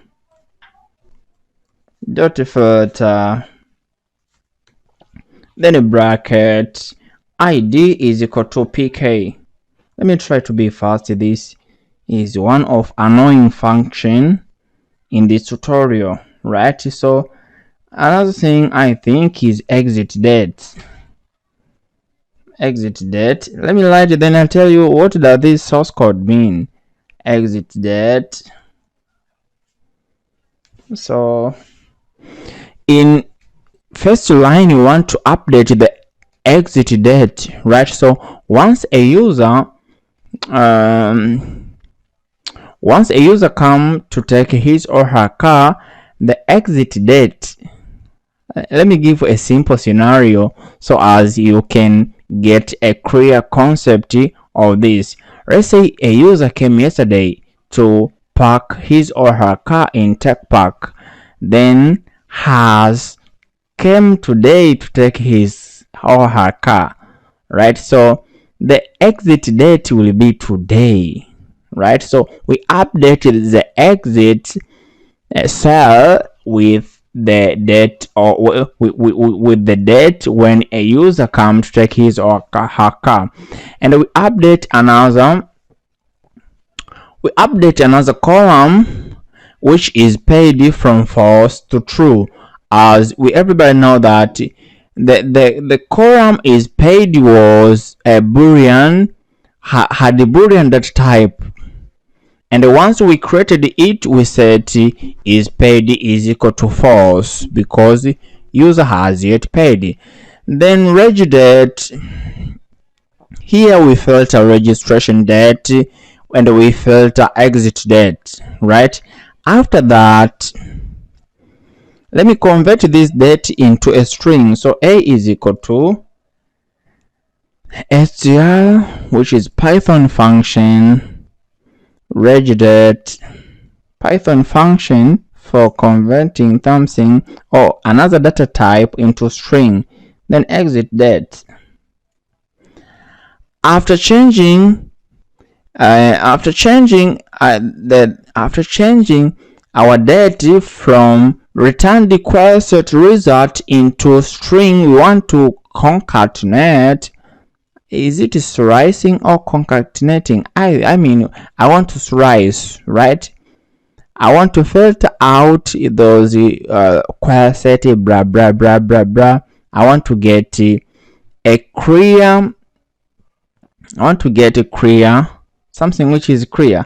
Let me try out to see here if you can, I mean, like this, right? When Django query set usually return something like this: query set, square bracket, comma, whatever. I don't want this. I would like to get the only value. So what we can do here is we are going to apply the concept of Python slicing, right? So we slice, we filter out all unnecessary information and get the exact value as present in a Django model. So we need to, as we have converted the return the Django query set into string, then we are going to apply Python slicing. So x is equal to, I put a, then a bracket 30 59, right? Then y is equal to b bracket 30 59. After that, so this is a string, right? We need to return it back into Django date. So this is str, this is x, date time str2 is equal to y, right? Then after, oh my god, I've forgotten something. Never mind. As I told you that I'm a good fan of copying and pasting. Let me copy something here. I forgot to copy it. Let me copy something here. So as we can carry on, let me copy this. I would like to copy this line. It was too long for me. Okay. So here, I paste this line. Then I paste it once again. So here I put 2 str2, here my time 2. Okay, after that, so what we are going to do here, we obtained a data, we obtained the date which was Django query set. We made a slicing to remove query set and get the exact value, but the exact value was in string, right? So we have date in string format. So what we want to do here is to convert string back to date. So this is what we are chasing with. So as I told you, this is one of annoying function in this tutorial, so never mind. My format,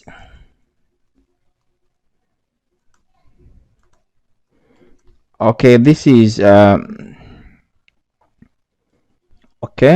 this is Django date format. So I would like to start with year, oh my god, then I follow with month, then I wind up with day. That would be my format. I prefer the new reg date is equal to my time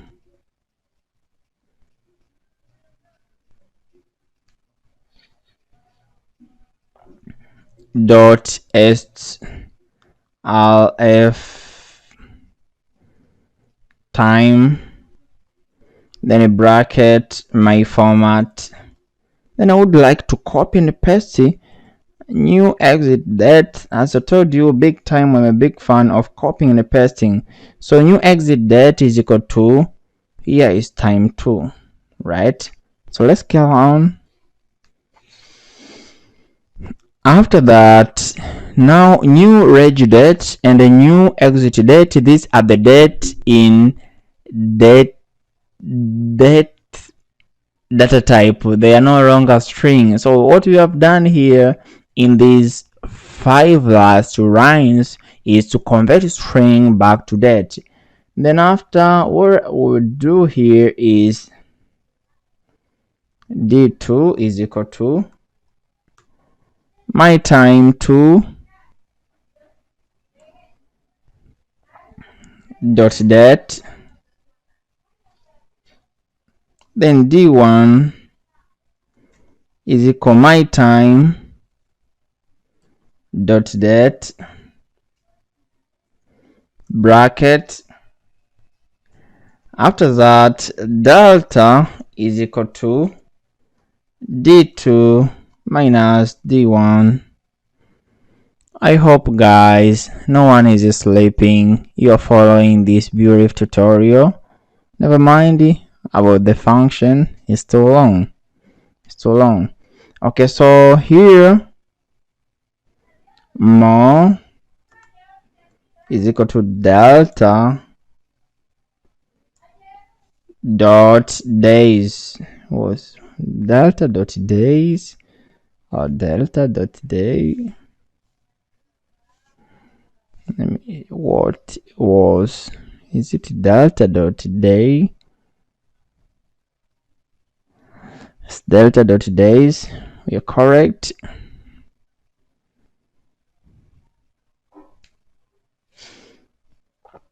After that, if more is equal to 0, then more is equal to 1. I mean, if day spent is equal to 0, then put day spent is equal to 1. Also, more is equal to more. We're done. So after that, we need to update. We needed to update the days spent. So customer, can't we copy and paste? Customer dot objects dot filter bracket id is equal to pk, then dot update. I put a bracket, then days spent. Oops. Days spent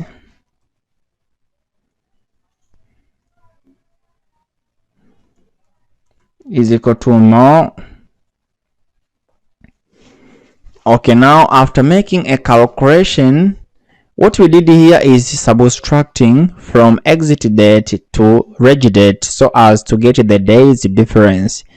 New reg date, new exit date. All right, so we get subtracting all this. After that, I need to update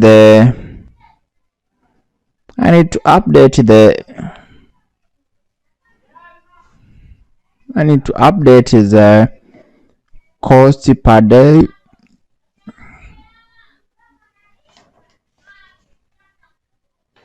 I needed to update the cost per day.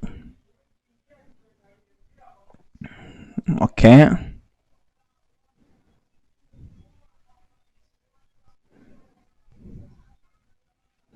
Days spent. So let me get the value of cost per day and days spent, right? So here cost per day is equal to customer dot objects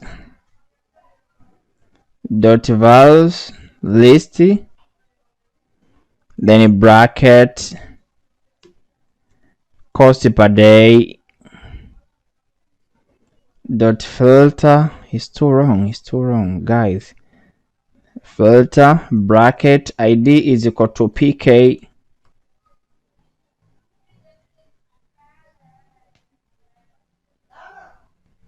I hope something like that. Then let me copy this and paste it here. Here I would put days spent. Days spent.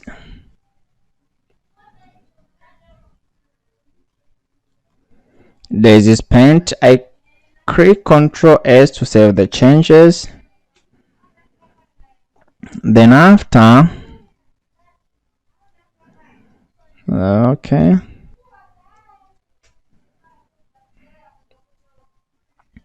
cost per day is equal to SL bracket cost per day.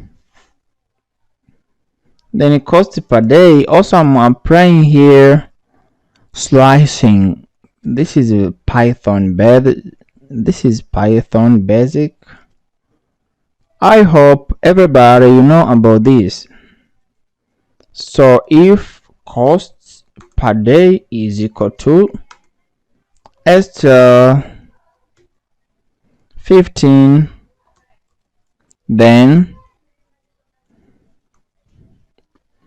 okay, cost per day is equal to 15,000 shilling. This is Tanzanian, 15,000 shilling and not USD dollar. So total cost would be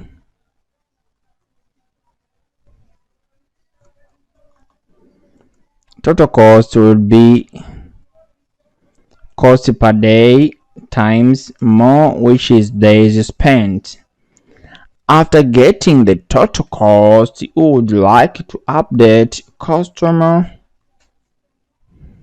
Guys, I'm tired. Let me copy this and paste it here. Okay, I paste it here. So here it would be, what is total cost?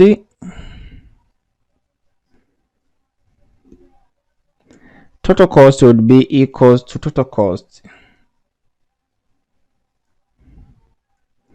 Okay, after that, I would like to do something. Okay, I would like to do something like message dot success request. Then I can say payment finished. Payment was finished successful. Then return redirect. Where do I want to redirect users? So let me just redirect here in record. So answer, what answer? So let me copy this. Then what will I do is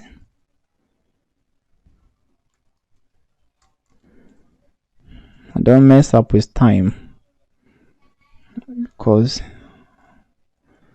my fear is it might take long if I don't up my game. So here, so let me put 10,000. Okay,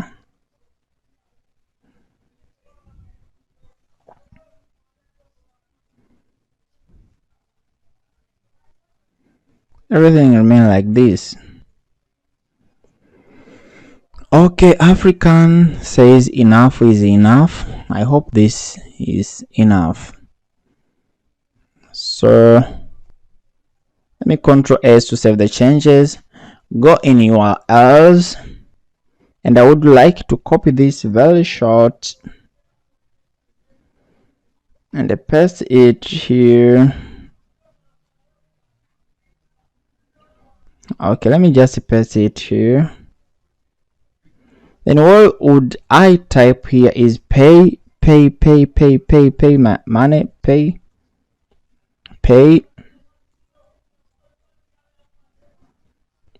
me Control S to save the changes. Then let me go in record table, and what I'm going to write here is pay. I want you to pay my money. So URL pay, then a customer.pk. I Control S to save the changes. Then let's get back to our browser. Let me try first to refresh. Anything? Oops, there is an error. I can see here more. Okay,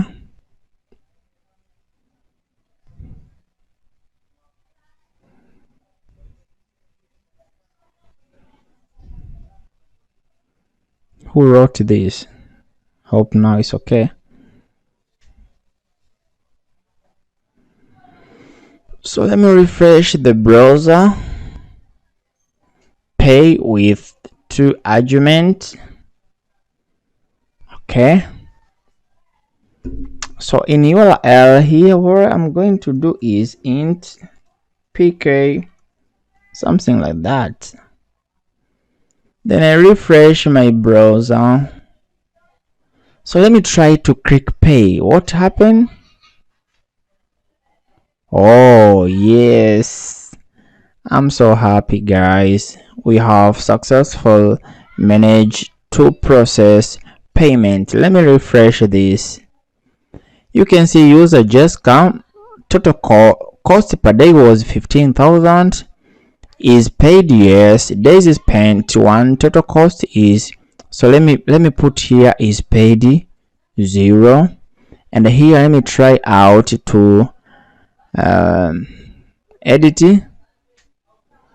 registration date. Let me say Jessica came at 12th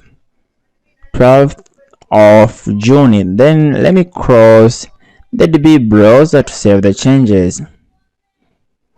I get back on the browser. Let me click here. You can see, oh, payment was finished. So here let me click pay. Okay, let me go and open DB browser.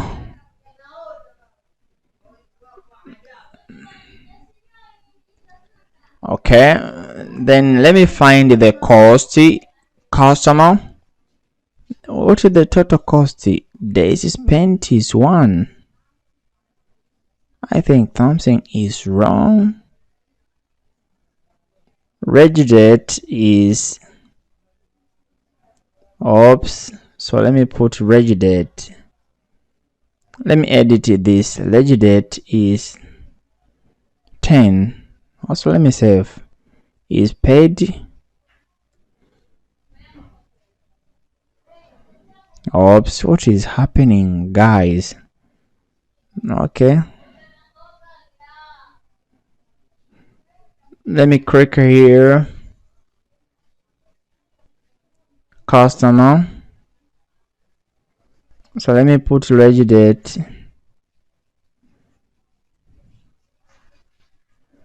is equal to 10. Is paid 0. Then let me save. Her, what's wrong?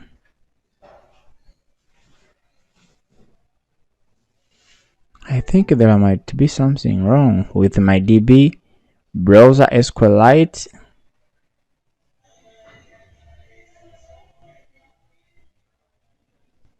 So let me make some changes here right now.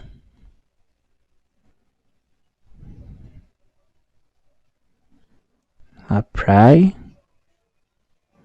Yeah, I found a new way. 0 is paid 0.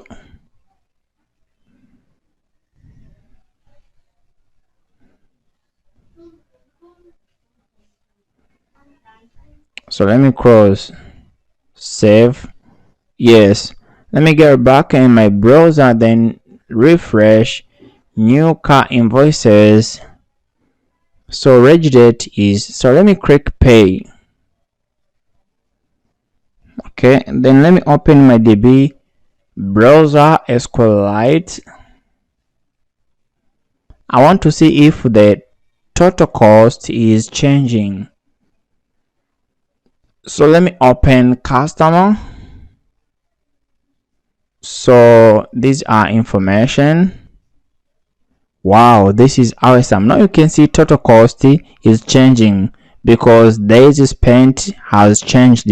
So actually this is how we can process the payment by counting the days car has spent in our parking, taking registration date, and taking exit date, and subtracting by registration date, getting the total number of days, then multiply with the cost per day, and we get 120,000 shillings. That's it. So I think here in functionality, new car, I think in functionality, let me click here. What is happening? New car, paid. Oops, what's wrong? New car. I think in new car, let me make changes. Let me put here 0. Then let me save. Okay. Get back on the browser. New car invoices. Guys, what's happening?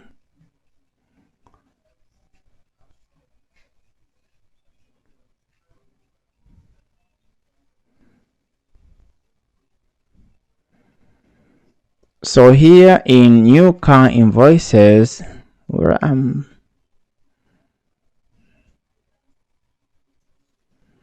so new car invoices, but what do I mean is in new car invoices we have implemented all the 3 functionality, right? We have implemented oh, was I playing with this there? We have implemented the view, right? We have implemented the view, we have implemented delete, we have implemented the view, delete, update, and pay. So the next functionality we're going to deal with is new car. We're going to deal with paid car invoices, and the core functionality we're going to look here is how we can print invoices in format of PDF. Don't get tired, the tutorial is still going on. So guys, after completing the functionality of deleting records, let's move forward and the process, completing pay records. Let's go and implement the functionality to print invoice.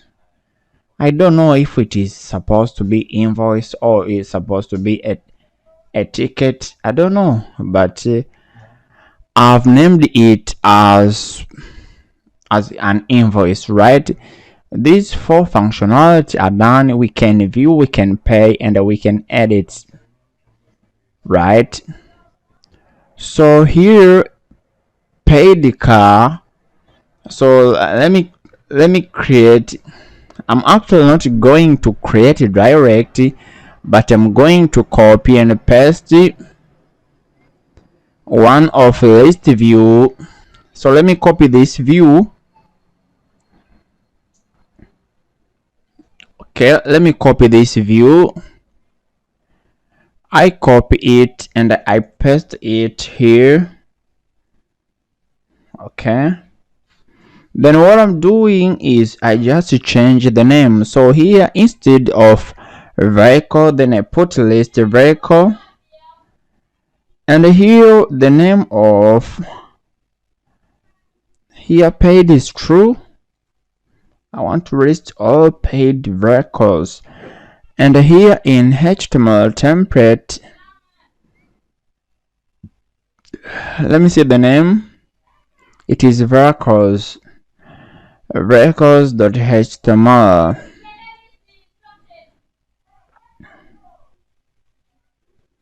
I Control S to save the changes. What we are doing here is source code reusability. I go in urls.py. Then what I do is, let me find out this was a record. So let me copy this, paste it here, and then let me take the name of this Django cross based view. I copy, I paste it. Okay, then here I can say list record. Then list record. I click Ctrl S to make sure the changes are saved. Right, then what I do is I am going to add the list record in base.html. Copy. Then I open base.html, this one. Right. What I do is I paste it in section named as paid car invoices. Paid car invoices URL, something like this. Then I Control S to save the changes. Let me refresh the browser before I start giving you some more description. Oops, is this for records? What is happening? Okay, list record, no record added yet. So let me click here. Let me click pay. If I click pay, it should redirect here. List record. So let me come here and let's make some few modification. Let me come here. Here should be list record. Okay guys, list record. Then I come here, I put list records, then I click pay button. Right, so let me click here, let me click pay. Payment was finished successful. Right now you can see, oh, it's awesome. What happened if I click view? I don't see anything. So view, edit and delete, these functionality are implemented. So what I'll be doing here is copying and pasting. I really love source code reusability. The functionality we'll go to implement from the scratch is invoices. Okay, so let me come here, new car registration. Okay, let me add another car and put it Moses. Then Moses testy. The phone number is blah blah. The card number is 3. This is BMW. The car is white X6 BMW is packed by user Moses. Let me put this.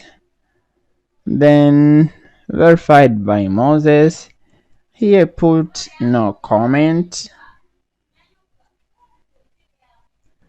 Then I hit submit. Right, record registered is successful. So here we can add the record. Here there are new record. Here there are paid records. The game is so nice. So let me do source code reusability. Once I click view, okay, So view vehicle. So let me copy this. Come here in URLs. View vehicle. I would like to copy this and paste it underneath and find this. I would like to find this Django class based view. I come here, I find it. Then what I do, I just duplicate this. I copy this class. This is copying and pasting.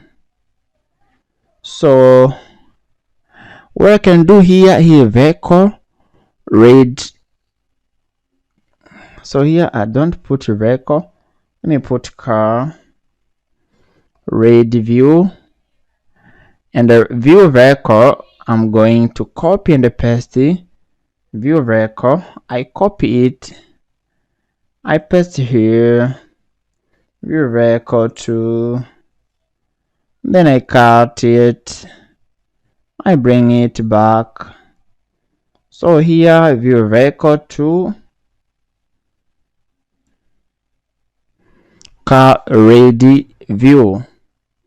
So I come here, let me copy the name of Django class based view, then in URLs, let me put this. So instead of view vehicle, I would like to use view car.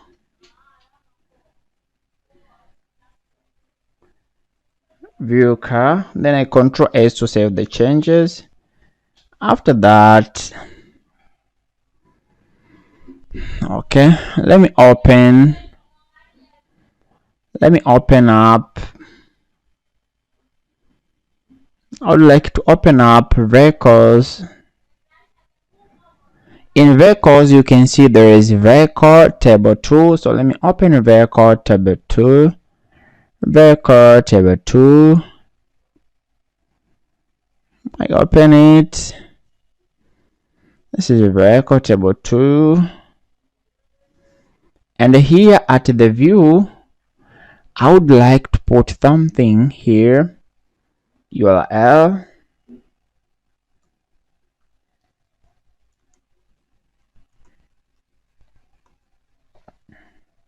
What the heck? URL car view. Then it is customer.pk.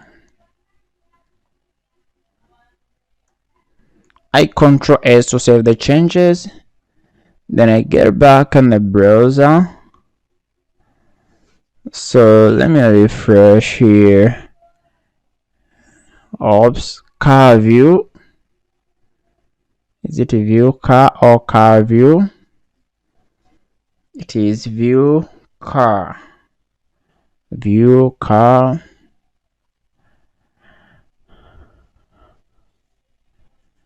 View car and not car view. View car. Let me get back on the browser, refresh this. Oops, what's happening?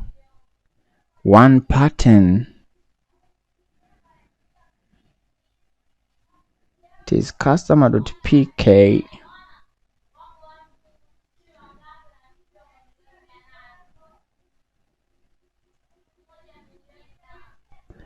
I control S once again, save the changes, then I refresh my browser. What happened if I click view? Boom, we're done. So now we can actual view. So let's implement edit, right? Okay, let me implement edit. Let me come here in new car invoices. Let me click edit. So here update vehicle will change to update car. What we are doing now is source code reusability, nothing else, So let me copy this, paste it here.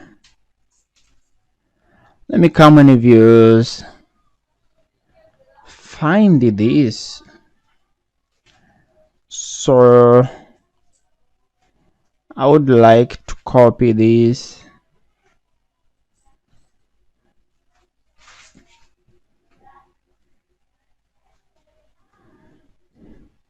So here, instead of car read view, oops, what is happening?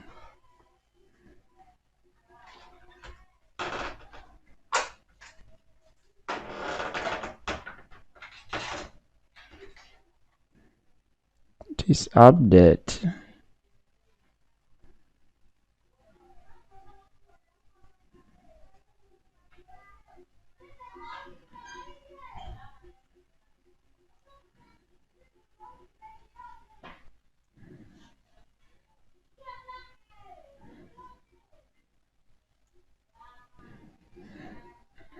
So let me copy this, paste it underneath. Then let me find this Django class based view in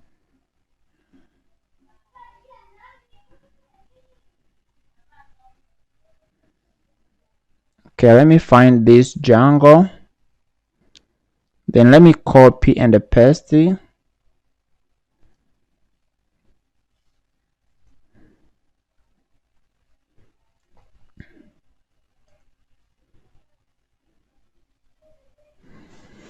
Okay, here is not a vehicle but car update view.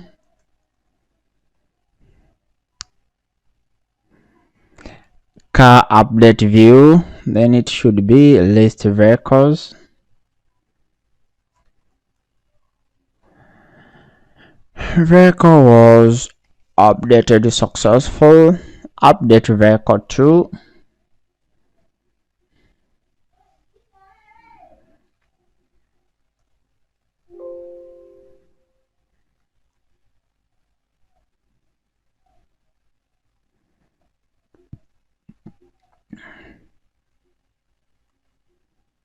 Update vehicle.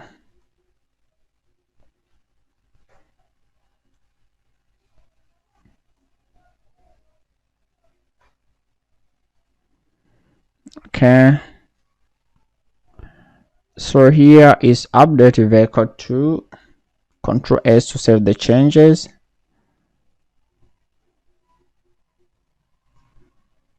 I copy this,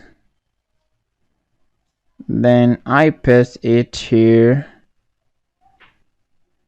I put dot update vehicle. Here I put update car.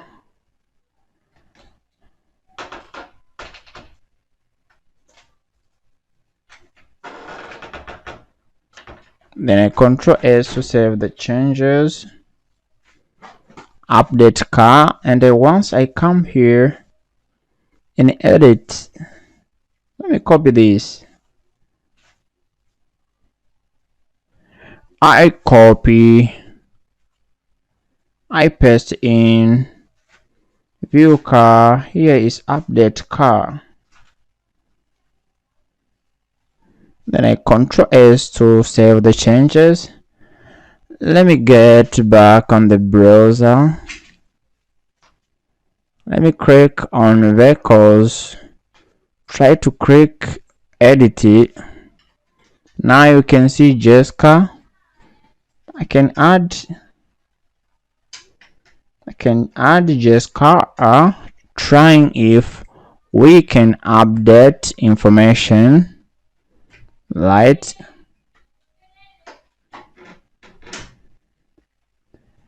Jessica, why? Then I click update. Okay, let me refresh. You can see now we can view, we can update but we want to implement the functionality of delete. Then we will go to implement the function of user. I mean to print invoice of car, right? So let's wind up with the remaining functionality. Let me find this delete. Let me cross. I find delete. Okay. This bang, I copy. Then I find the vehicle, delete view. I come here. This being a Django cross-based view, I copy it. Boom, like this. It's a little awesome. Rare awesome. So here is not vehicle delete view, it is car delete view. So what is changing? Here it is list. Then what is changing? Delete vehicle. The template, I copy it, I paste it.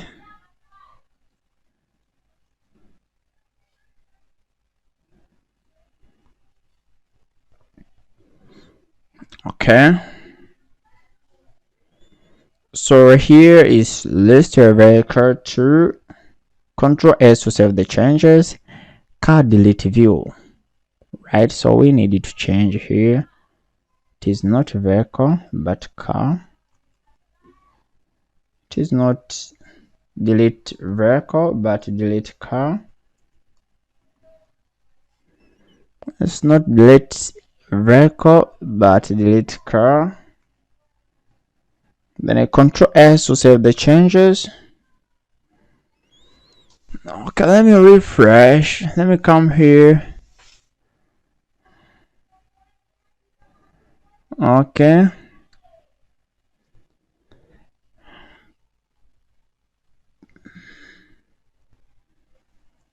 Copy here.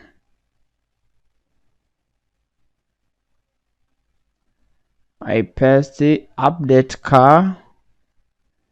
It is delete car.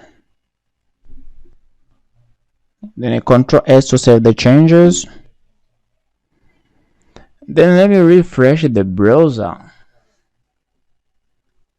What happened if I click delete?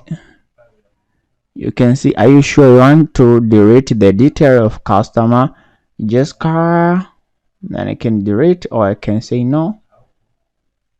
So let me delete first to test the functionality. You can see we can delete here. Okay,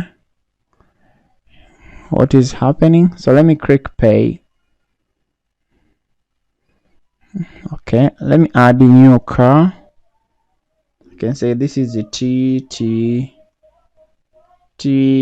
I'm putting just wrong information. Accommodation fee verified by Moses null. So once I click submit, record was registered successful, right? So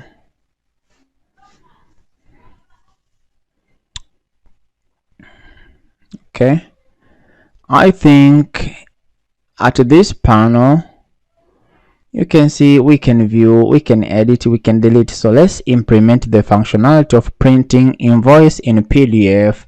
Then after we go to manage user, where we'll be able to add user, boom, edit user and delete user. Actually what I can say is we have remained with only 4 functionality: add user, delete user and edit user, plus print invoice. 4 functionality have remained for this to kill this project.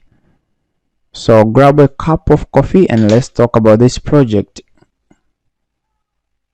So let's implement the functionality of printing the invoice, right?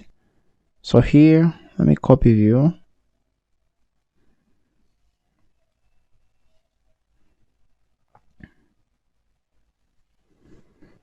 So lender 2, not admin, but invoice. Then get template. It's supposed to be invoice.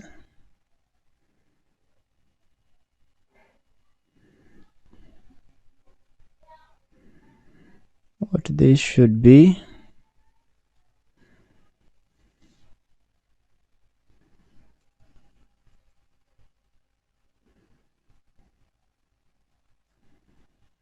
Okay, let me take the URL. I copy and I paste it here.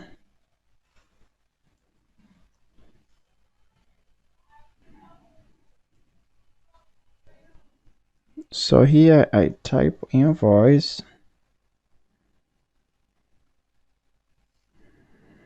Then the name is invoice.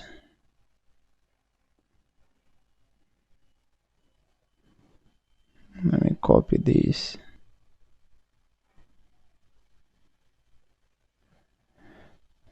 And I paste it here. The name is invoice. I Ctrl S to save the changes.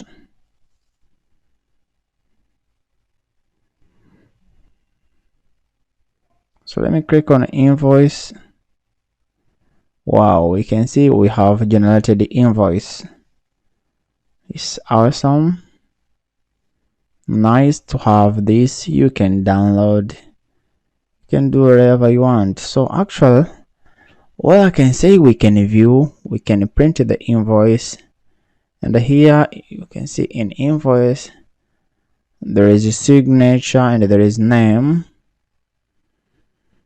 So we can view, we can print invoice, edit the rate. So let's go and wind up. Let's go and carry this project. Here, manage user. So let me open up base.html. Let me close this. Let me open up base.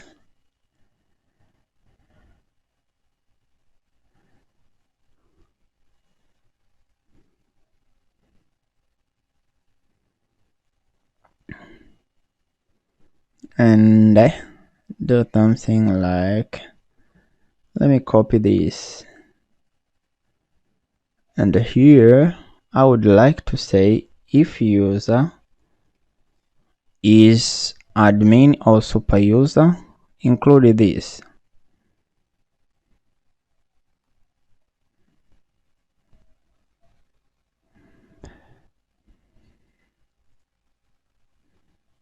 Also none.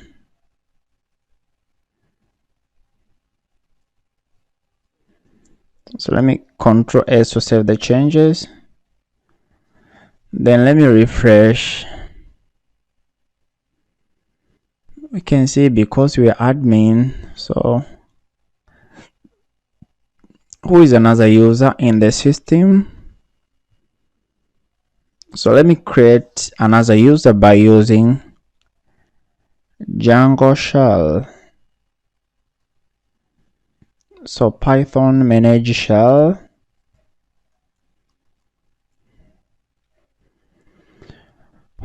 From classroom dot modules import user. A is equal to user. Then what is happening? Okay. So from Django dot contrib dot auth dot hashers import make password, then a dot username is null. Okay, a dot password is make password, then a bracket null, username is null and the password is null. A dot is cashier, then I put true. A dot save, exit, thank you. So let me run this. So let me log out and try to log in as null. So let me log out here. So let me log in as null, then hit. Wow, this is awesome. Now you can see, for if user is cashier, user can only add new car, can say can see invoices, new invoice, and I can see paid invoices. But if I log in as admin, here you will see a manage user section. So let me log out and log in as Moses, who is system admin.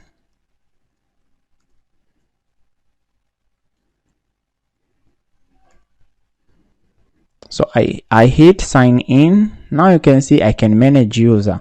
So let's go and implement this last functionality in our tech pack, which is Django car parking information management system. Let's create a class-based view named as user view, right?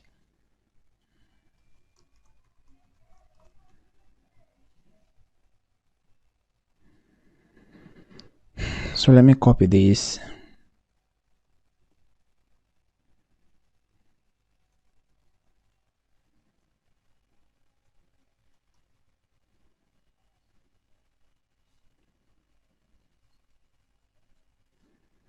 Then here users,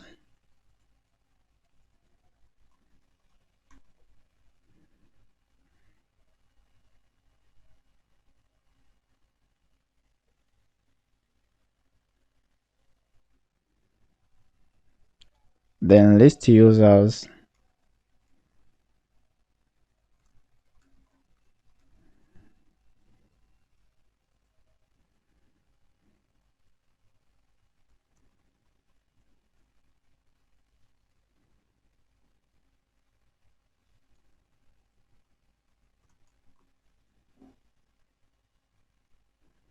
user.object.order by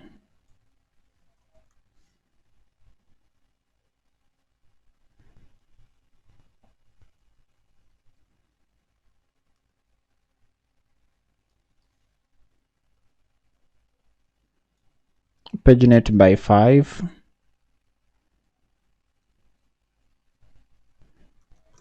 Here it is, user view, Control S,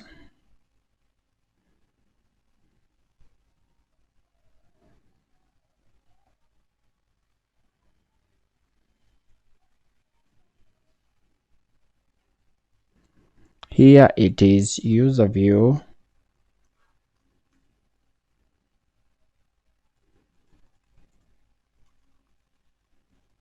users,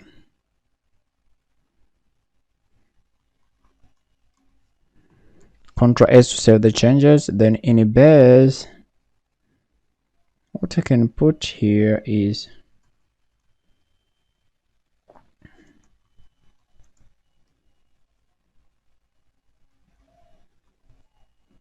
Control S to save the changes.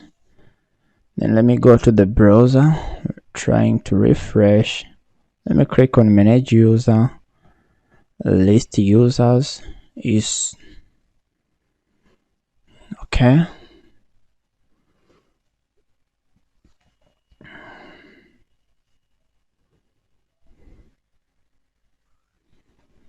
So let me check my view, list users.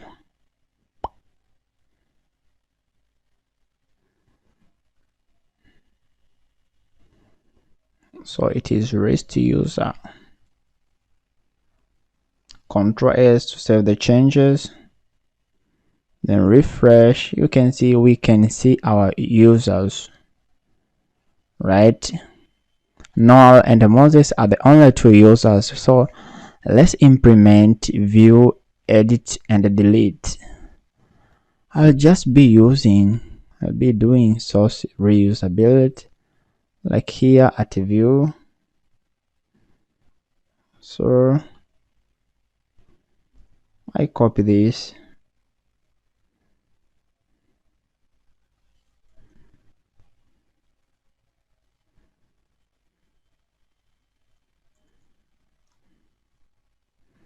Instead of view car, here I can say view user.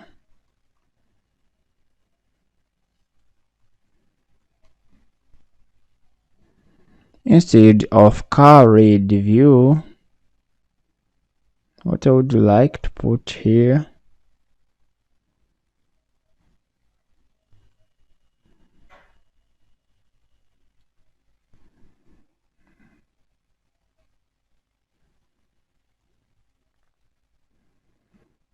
so let me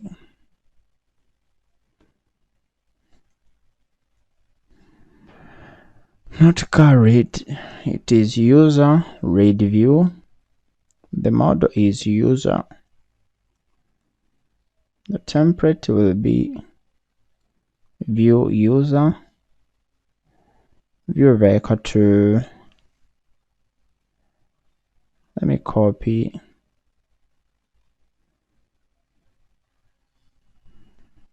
view user,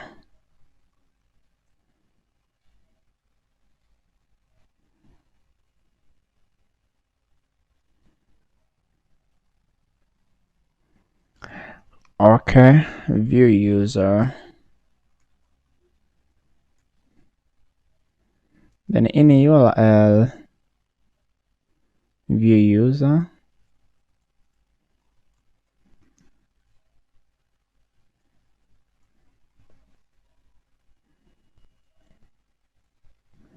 Control S.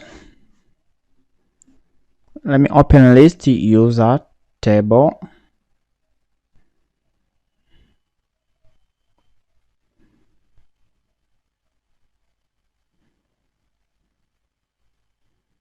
So here in view,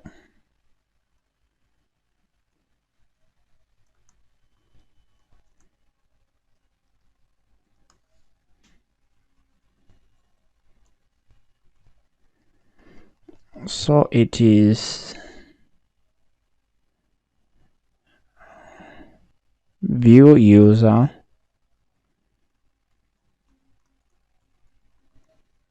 then Control S to save the changes.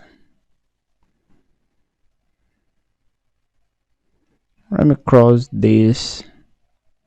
Let me try to view.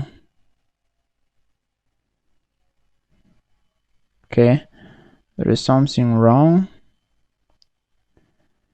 There is something is missing.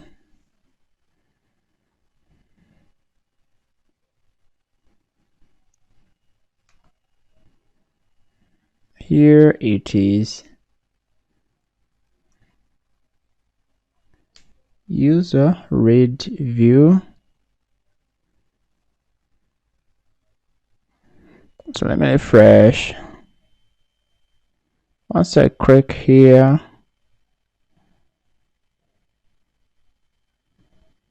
I hope something is missing. User read view, view user,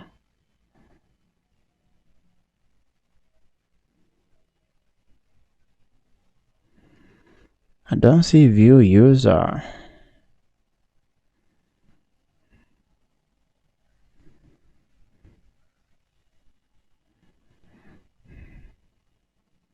I don't see view user.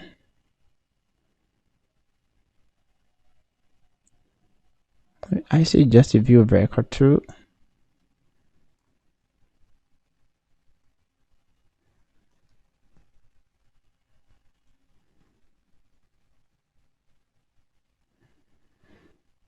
Record.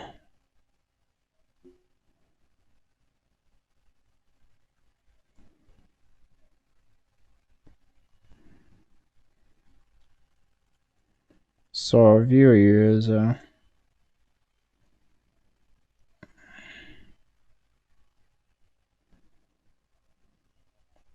So let me refresh once again. Let me click view. Now we can view, but what I need is information of user, right? I'd like to come here.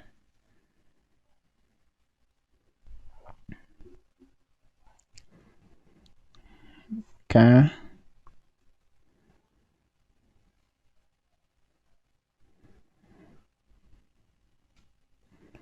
All I would like is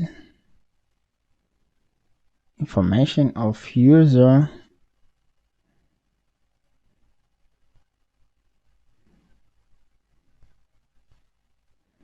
Let me open view user.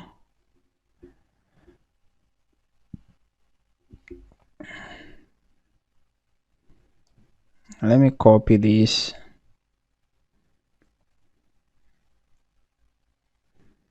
Let me paste it. View user. Try to refresh. Then I click. Now it's okay. We can see information of user. So let's try to edit. How do we edit the information of user? So what I can do here is try to click editing.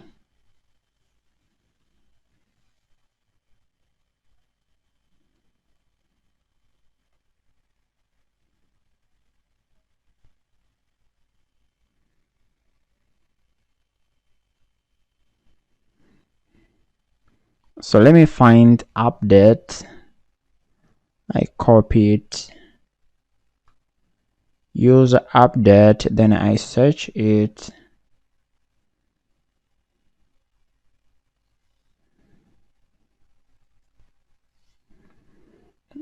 So to save time, let me just copy this. Okay.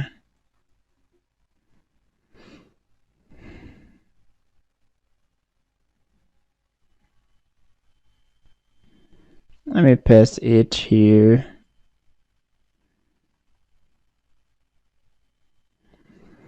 User update. Then let me find this.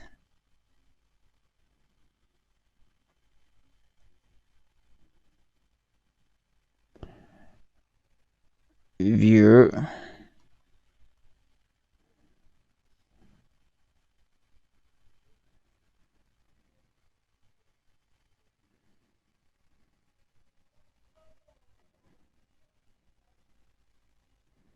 I copy.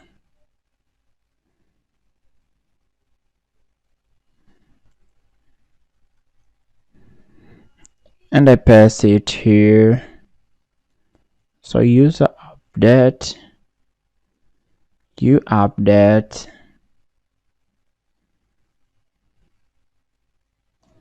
Let me copy this.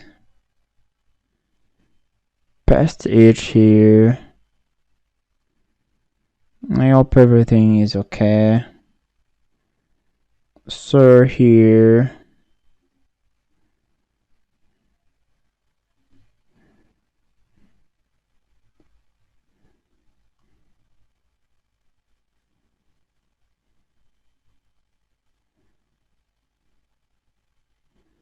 Let me paste here. Here it should be you update.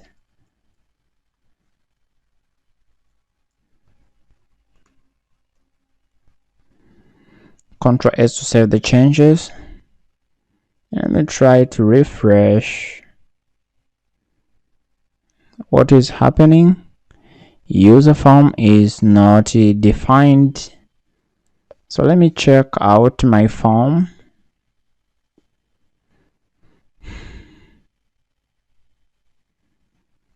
Here I have customer, form, and a user form. So let me import this form.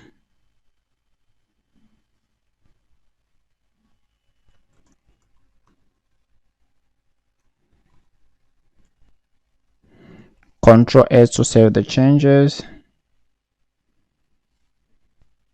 Then let me refresh the browser. Update not found. Here, update not found.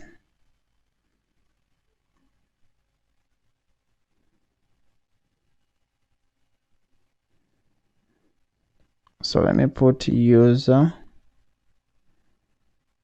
update.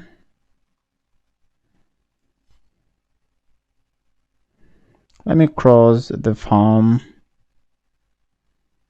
And here let me put user update. Let me try to refresh.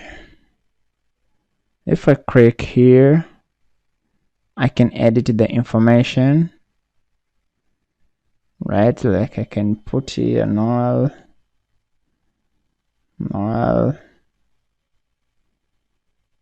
and I click, you can see data was updated. So we can update the information, right? Here I can say the here null,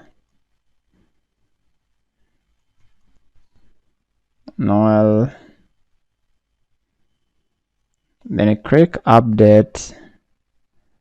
Once I refresh here, you can see information is updated. So let me wind up with delete. Okay, let me wind up with delete. Functionality. Are you sure you want to delete? So let me find this. Let me find the delete user. I copy it. Then I search it here. What I would like is copying and pasting. I paste it in URLs.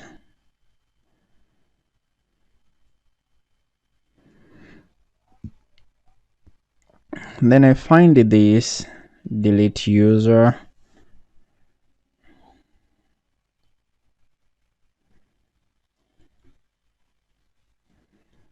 Okay, take it as it is. I copy.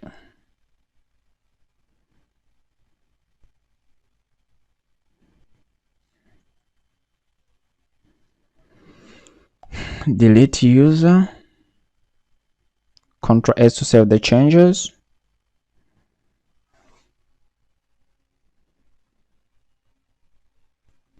Let me copy this.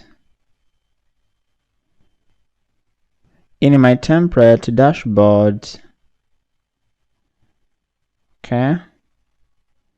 Let me open up this. Hope everything is okay. And a delete user, I'm going to put it here.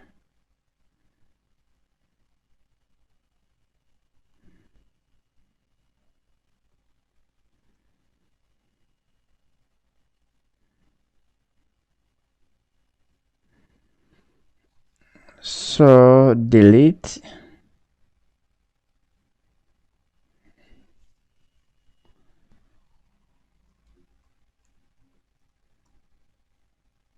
Ctrl S to save the changes. Then let me refresh this. It should be .pk. Okay. Let me try out to delete. Okay, we can delete a user. So let me delete user null.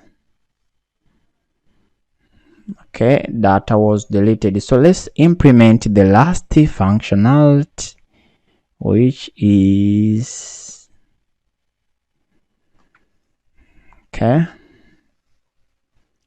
add user. So first of all, let me close. Okay.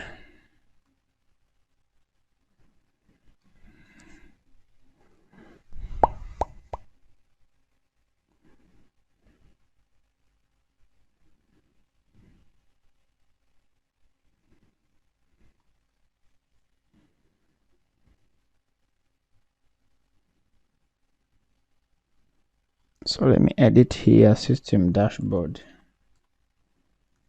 Ctrl S to save the changes. System dashboard, that's okay. So let's implement add user functionality, which is the last functionality.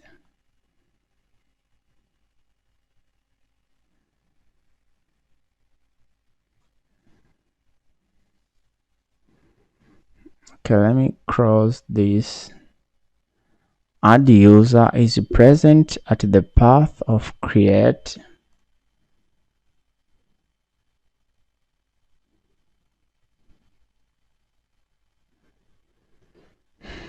Okay, so let me copy this path.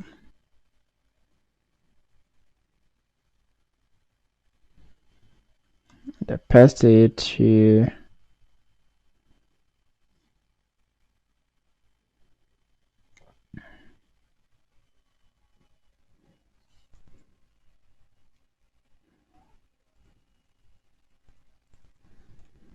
Ctrl S to save the changes. Let me find out this view, which is called the create.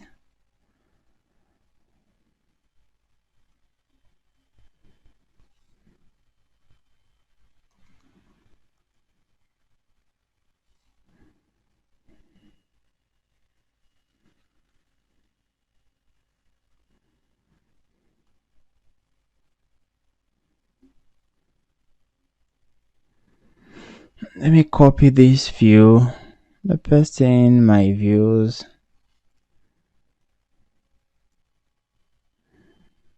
So here it is RD. Let me copy this template.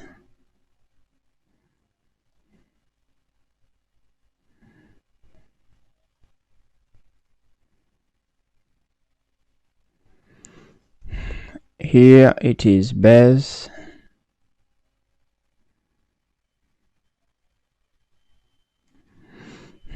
Okay. Any views dot py.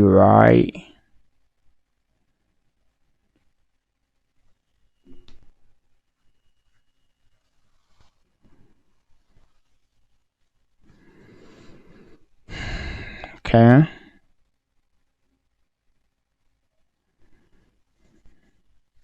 So let me put here create.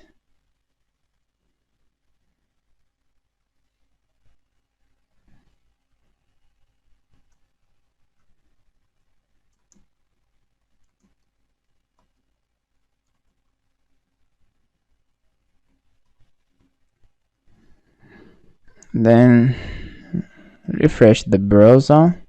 So let me click create, choose user role. So I just need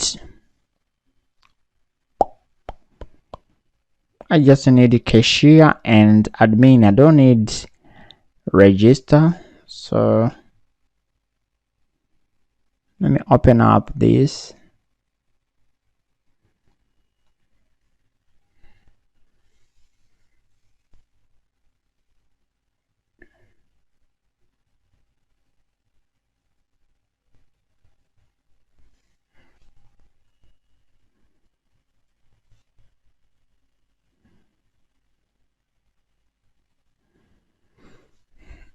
Okay, let me refresh the browser. It's okay. Let me say the user is Noel.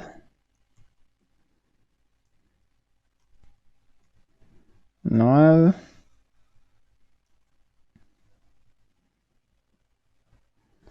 The password is Noel. User role is cashier. Hit submit. Make password is not defined. So let me make password.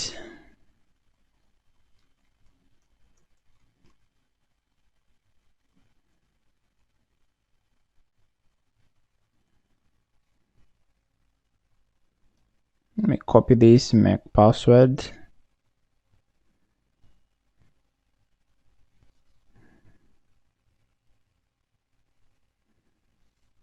Then import it here.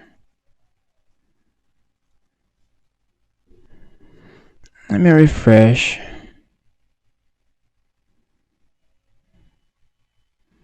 Member was created successful. So we can create a user. We can edit. We can delete. Okay. Oh, I'm so tired. But the search functionality is not implemented. So what will I do? I would like to say this is an end of this tutorial, which is car parking information management system. Here we can register a car. Here we can see new invoices. We can do everything here. Paid. Here we can view, we can print invoice, edit, delete. And here we can manage user, view, edit, delete, and add. So let me come here, maybe here. So system dashboard. Let me wind up with this.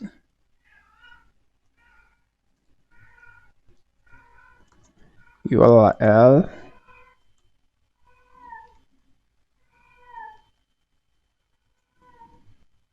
Control S to save the changes.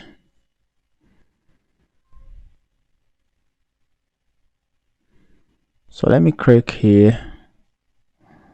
So here, this is just a short summary. Let me find out and make some modification here. Dashboard.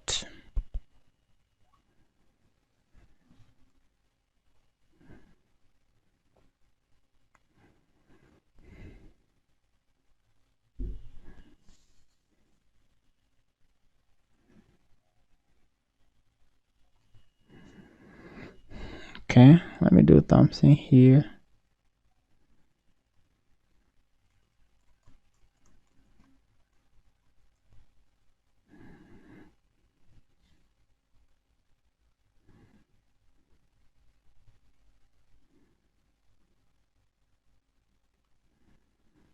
Let me try to copy this.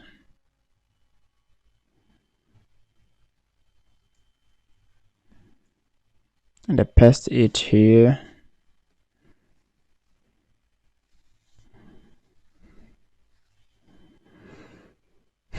So I can remove this.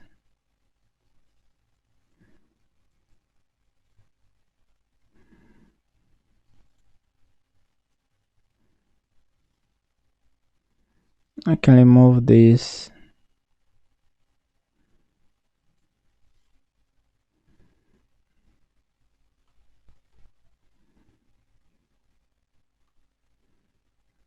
I can remove this.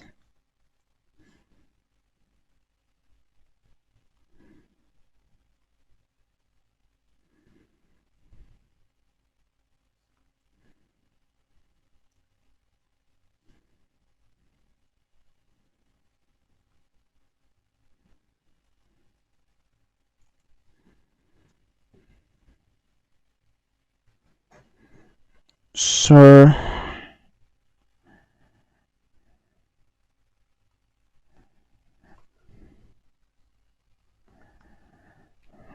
I can remove this.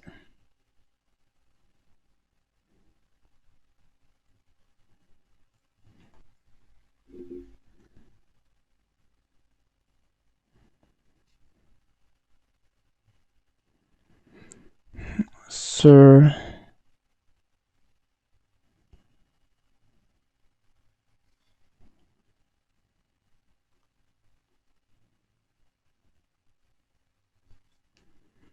Okay, move this. Okay. So I want to change this to be dashboard.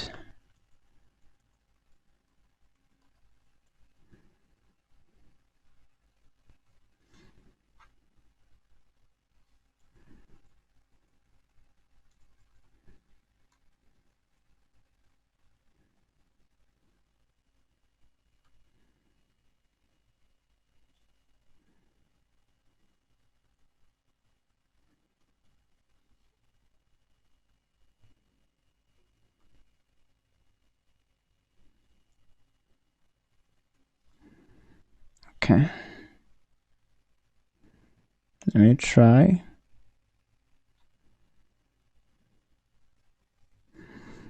Track.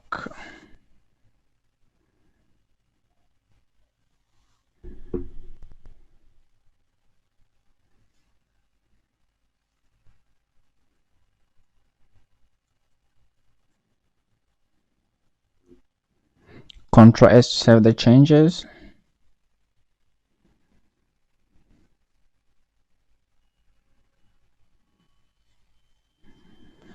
Okay, cars is not defined.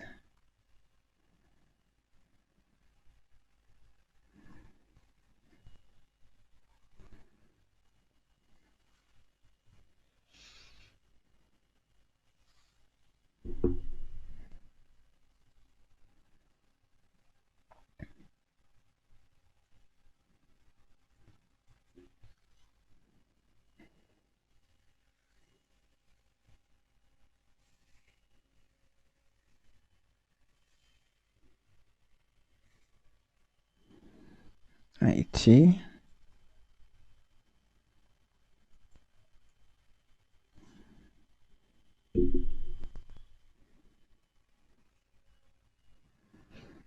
So here total amount,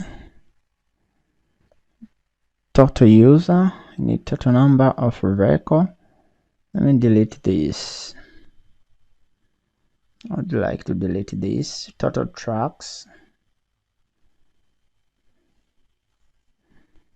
So let me open up dashboard. Find total tracks.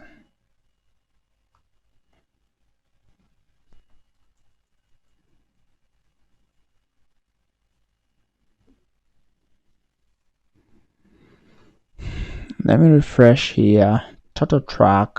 I'd like total records, not total track. Is equal to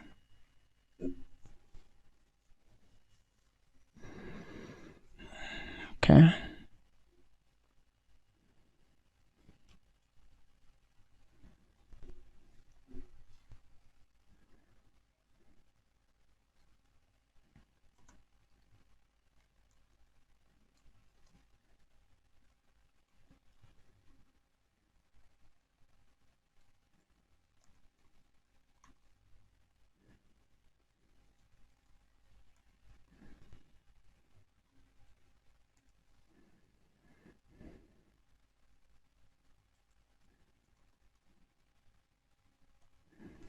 Ctrl S to save the changes.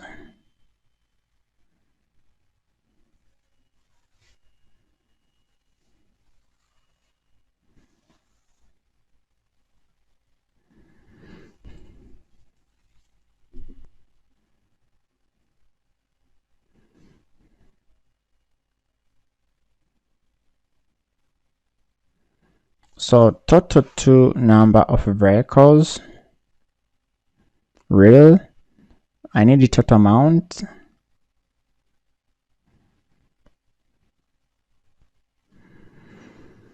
So here print total IT.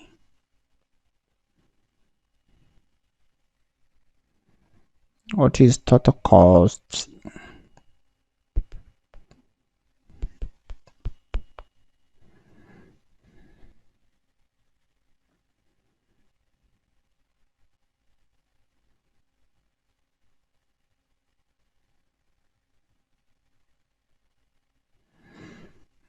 So let me come here,